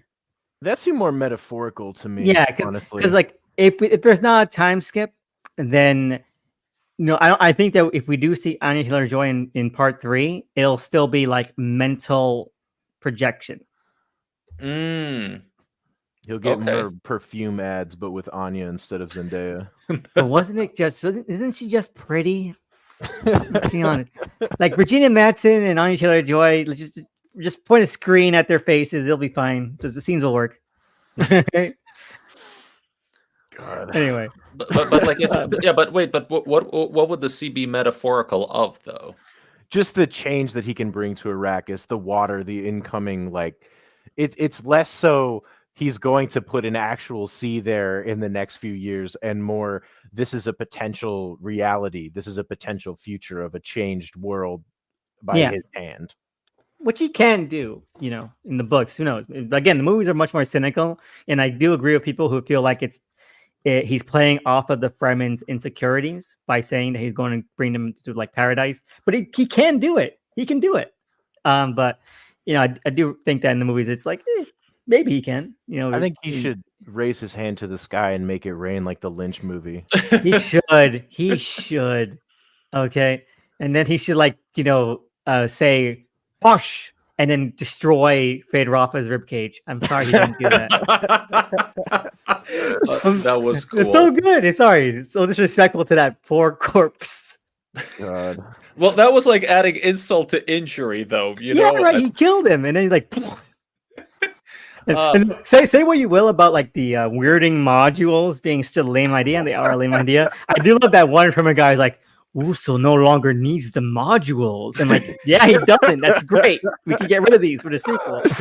Oh, wait a minute. So the whole thing about weirding modules, that was just Lich, right? Oh, like, yeah. Yeah, that was just a concession to not have to have more, technical martial arts in the movie. And the thing is, right, both movies don't have any actual weirding in them at all. But again, that's apparently some deleted scenes with Jessica training Paul in weirding. Yeah, God, and he pisses me off with this whole mentality of you'll never see my deleted scenes. I get the idea is like what you see is the finished project. I'm never going to do like a director's cut, so I'm not going to give you contextless scenes. But I'm like, God damn, they filmed all this stuff. I just want to know, is there like a good version of this? There? Okay, so I have a so here's my take. I love how we ended like 30 minutes ago. Okay. Look, I'm just gonna say this. I think that give it time, and those scenes will make their way out into the world. I think that there will be, however, maybe 10 years from now, there will be a lot of incentive for Villeneuve to like maybe make an extended cut. Yeah, or a television cut, like some people like, Francis Ford Coppola did that. It's like, okay, there's the footage is there, like we can put it out, we can make like more money, we can like recut it for, make it like a 13-hour mini series. Can we put all those deleted scenes back in? And and he'll think about and be like, well, okay, yeah, let's revisit that. Why not? So I'm like, yeah, I think we will see those eventually. Yeah, definitely. I think it'd be impossible to not have those released, because I think WB just wouldn't have any incentive to respect artists' rights at all. They'd be like, "Oh, we only said that. Fuck it, we need more money." Okay, so I would like to see him, because I don't think that Dune Part 2 necessarily needs them to be more entertaining, but I'm a bot. I don't think that they would help Part 1 because of how Part 1 innately pisses me off. But if a good version of Part 1 exists, then yeah, let's get these things out so I can combo one. Spice that cut of Part 1. Let's do it. I think even if it doesn't improve like the overall movie, I'm just curious to see what is Denis' take on something like the banquet scene, which is, mine and many others' favorite scenes from the book. I'm curious to know if he ever did, probably not, because the whole everyone suspecting Jessica plot line seems Apparently, there in the was a scene movies. alluding to that, but was unconfirmed. Like when the movie first came out, there was like a list of like reported or alleged deleted scenes that, but they never confirmed any of these. That included like Yue trying to frame Jessica a little bit more, like something about that. There was the banquet scene as well that was allegedly filmed, and then, I don't think they ever mentioned the whole Baron tortures her with his fat. But there's a leaked image of that online right now. Let me see if I can find it. Because my favorite scenes from the book are the banquet and the scene where Gurney sees Jessica again for the first time and thinks that she's the one who betrayed them, and they have this really tense encounter where it's like you couldn't really do that in the movie because they don't really suspect Jessica, and also Gurney isn't even a character really until the second movie. But I really would have loved to have seen that scene be adapted in some way, just because I'm curious to see how he would have done it. Like, it's more even just a morbid curiosity rather than like I need this for the movie to be better. I'm just like, I just want to know how he would have done these moments from the book that I really like or really think are interesting. I would say it's always a matter of time. I Yeah. mean, with movies like this, it's like, especially because of how popular it has become. I would say there's just too much cultural pressure to not have that come out eventually. You know, and I mean, Here we I go. don't know about. Oh wow. Yeah, this is Oh where he would have flown in while she was shackled down and And rolled just all torture over her with her. his belly, like fat bastard. wow. What was the impetus behind the scene? It's not in the book. So what was the impetus? Maybe just to make the Baron more Over the top? imposing and over the top, I guess. But yeah, maybe I would have helped. I would need to see the Just scene to see how it imagining played off. Stellan Skarsgård in his fat suit rolling all over Rebecca Ferguson. I will say this: it would be very interesting for this scene to be like, to look back at this, if it were in the movie, it would be very interesting to look back at it after the reveal that he's her father. Oh, yeah. Yeah, I guess you're right. It adds a more of a psychosexual dimension that's always pervasive through the book. Because again, the whole eye gouging thing in Exile is straight out of Oedipus. So Herbert knew he was writing some line along the lines of this. Yeah, you're right. That'd be really fun. What think about? There's Yeah. there's a very strong incestual tie between like all of the characters in the story. So And like even with the first scene of the novel is, or like the second scene at least of the novel, the Reverend Mother is saying like, just all like outright like, yeah, sometimes you want to have cousins fuck each other, but you just gotta make sure they don't know they're cousins. Wow. Yeah, I take it like a lot of, from the sounds of it, the books sound a lot hornier than the movies are. it's weirdly both horny and clinical. Yes, but then the last two get even more horny than they are clinical. The They get beach so oh no, the honored maters are like if the Bene Gesserit were like made in the 60s, which they were, but now they feel like it. The honored maters, man. You're not ready for the honored maters, man. Insane. Hmm. One thing I will also add about the deleted scenes, if they were to come out, you can bet that like Villeneuve would get paid for them. It's like a whole contractual thing, I think, because if it's like, there's like, I mean, I don't know like all the ins and outs of like profit participation, but it's like because he is their director, like the release of more footage would in some way, I think like monetarily, like benefit him. we need You know what I'm saying? the max extended cut. Maybe, yeah, Zack Snyder's Justice League Part 2. I would, I would want to see that, why not? Like just, finish off the whole story there, but that's a whole other thing. Yeah. But yeah, no, anything else you guys want to bring up before we wrap this up? Uh And he's the weirding way scene, which I think would have been really cool. Wait, but what is weirding in the? Who knows? I have no idea. It's just like the Bene Gesserit martial arts, basically. Oh wait, Now, so the, what that means, I have no idea. Do you? I can never get a handle on it. Not really, other than it's just a special way of fighting. Like she shows up to the Fremen and she beats them, and they're like, "Oh, you're trained in the weirding ways," and she says, "I'll teach you if you let me go." Oh, I get it here. I get it. It's instant transmission from Dragon Ball. No, I looked it up on the Dune wiki. Okay, it's moving so fast that you're like teleporting, and that's instant transmission. So, oh wait, okay, I get now why I saw a tweet where somebody talked about Riddick- weirding in Riddick, yeah. Yeah, so it was like, so that's kind of, but it's more like super speed, basically, right? Like you're kind of it's Dragon Ball, yeah. So, wow, Toriyama's reach, man. Oh man, yeah. Rest in peace. That was such a shock, honestly. It was. If you haven't, checked out the live stream that Rollover Queen did on his YouTube channel, please do. It's like 2 hours long. A bunch of people came in just to, talk about the memories of the franchise and stuff. Really good stuff. But yeah, no. Yeah, I could give or take weirding. But it would have been nice to see, and it would have given a little bit more, I guess, stuff to do. It does feel like my main thing about part 1 is that it feels like everything happens in 3 days. Yeah. Anyway, I think we gotta wrap it up. Any last thoughts, Alex?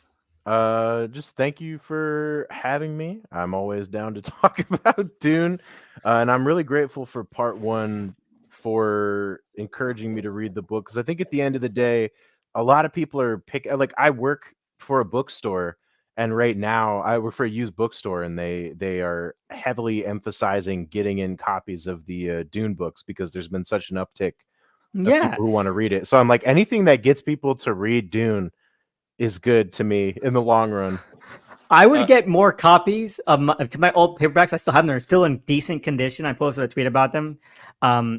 But like I would upgrade to newer copies if the new covers didn't suck so much. They're all like over the top stuff. Like no. But anyway, Mikhail? I'm just also, thank you for having me. And I really like to talk about, Dune, David Lynch, and so on and so forth. I think Dune Part 2 so far might be my kind of overall favorite take on the material, but I love the David Lynch version. I wish he had gotten his 4-hour director's cut, because I think that would be the definitive adaptation, hands down. So, sad that hasn't happened. I hoped Universal would maybe just write him a check and tell him to go and finish the movie, because it's like the 40th anniversary. But alas. Yeah, and thank you both for joining me again. I think it's amazing to be a part of this as a big Dune fan of the books of the series, and now everyone's talking about it. And you know what? Now people are actually reading the books, and even though people might like the books or less than the movies, they're still reading them, and so we can have it's so in the it's permeating the cultural mindset in the current zeitgeist right now. It's truly wonderful. And I know whether or not it's Six Lion Part 3, and whether or not what the legacy of this series is moving forward, hopefully the Sisterhood never comes out. I need. Isn't it called Dune Prophet or something like that? No, it's called. Hopefully, whatever it's called, it's labeled canceled. No, I thought they just rebooted it. Like they kind of. They did. I think they started work on it again in a different way. Yeah. But hope whatever that is, if it comes out, hopefully it's good. If it doesn't, I think these 3 movies don't really lend themselves to being part of a big universe anyway, like a cinematic or franchise universe in that sense. Yeah. But it's still good to be a part of it, and I'm glad to be here in this time of day.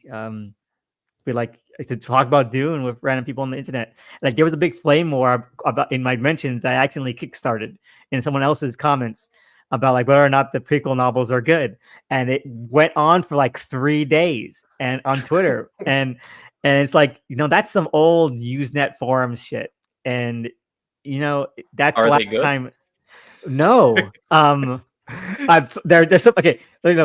While we have the stream on, before we end the stream, let's just get out like the 3 or 4 ideas that were very likely not lies, because I'm part of the subset of Dune fans that think Brian Herbert is lying about having notes for the series that his dad left in his office.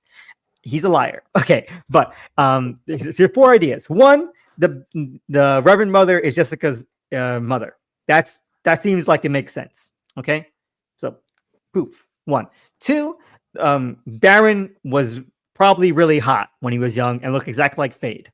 Okay, that probably happened. That probably was true. Now he ends on going to say that the reason why the Baron is fat and ugly is because he had a special fat and ugly disease. So that's probably bullshit. But he was probably hot in the past. I think it was just gluttony. No, that's what it. Well, he has the fat ugly disease, and in order to hide his secret shame, he pretends to be gluttonous. He pretends to eat a lot. Whatever. These books suck. He okay, eats because he's unhappy, and he's unhappy because he eats. Right. Now, 3. The Fremen are descendants of modern day Islamists. That makes sense, and that's pretty much canon to the books anyway. But then he also goes on to say that they originally called themselves the Free Men of Dune. And then eventually, over the centuries, their name became contracted to the Fremen. And like, that's bullshit. You didn't need to say that, fucker. Last one is that the Duke's father was a pretty cool guy. Oh no, sorry. No, whatever. Why not? Wait, no. The actual last one. Duncan is the ultimate Kwisatz Haderach. That's of the two finale novels he wrote. That's the most kind of weird bullshitty thing that I believe late era Frank Herbert wrote. Okay, because if you're gonna have a guy cloned over the last 6,000 years, genetic memory is such a big thing in the novels that it would impact him in some big way. Makes a lot of sense. Yeah. So, those are the last things I would say about those novels. Anything else before we head off? Well, I don't know. I mean, like, is any of it canon? All of it's canon because apparently, he wrote all this down in his secret notes that his son has. I mean, I bet like, there was probably like a little tiny outline there, and it's like, they probably just made up a bunch of things to like work around those little, that's usually how it works. It's like you have like maybe a little collection of ideas, and then it's like you try to fill that out and it becomes a whole other thing. Yeah. Anyway, I'll leave that to a different time. Maybe we can all read the prequel novels and tell us what we're talking about. I'll probably read them one day. All of them. They're like 16. Oh my god. So, if you haven't heard, you can follow Mikhail on Twitter at MLS532. They have their own Substack where they talk about a bunch of media stuff, including Lord of the Rings, Rings of Power, which is coming back for a second season sometime soon, maybe. This year, wow! And the David Lynch director's cut that never was. That's a really great article. I really enjoy that. I read it from time to time, thinking about what could be, what might have been. And then you can also follow Alex on Twitter at Honey Ghosted. You're a fun guy. I'm glad we could get you on one of these streams. And if you ever want to talk about any other stuff we're talking about, I am serious about doing Planet of the Apes, the reboot series before Kingdom of the Planet of the Apes. If you want to talk about that, if you like those movies, I'd like to have you on here with me and Mikhail. Okay.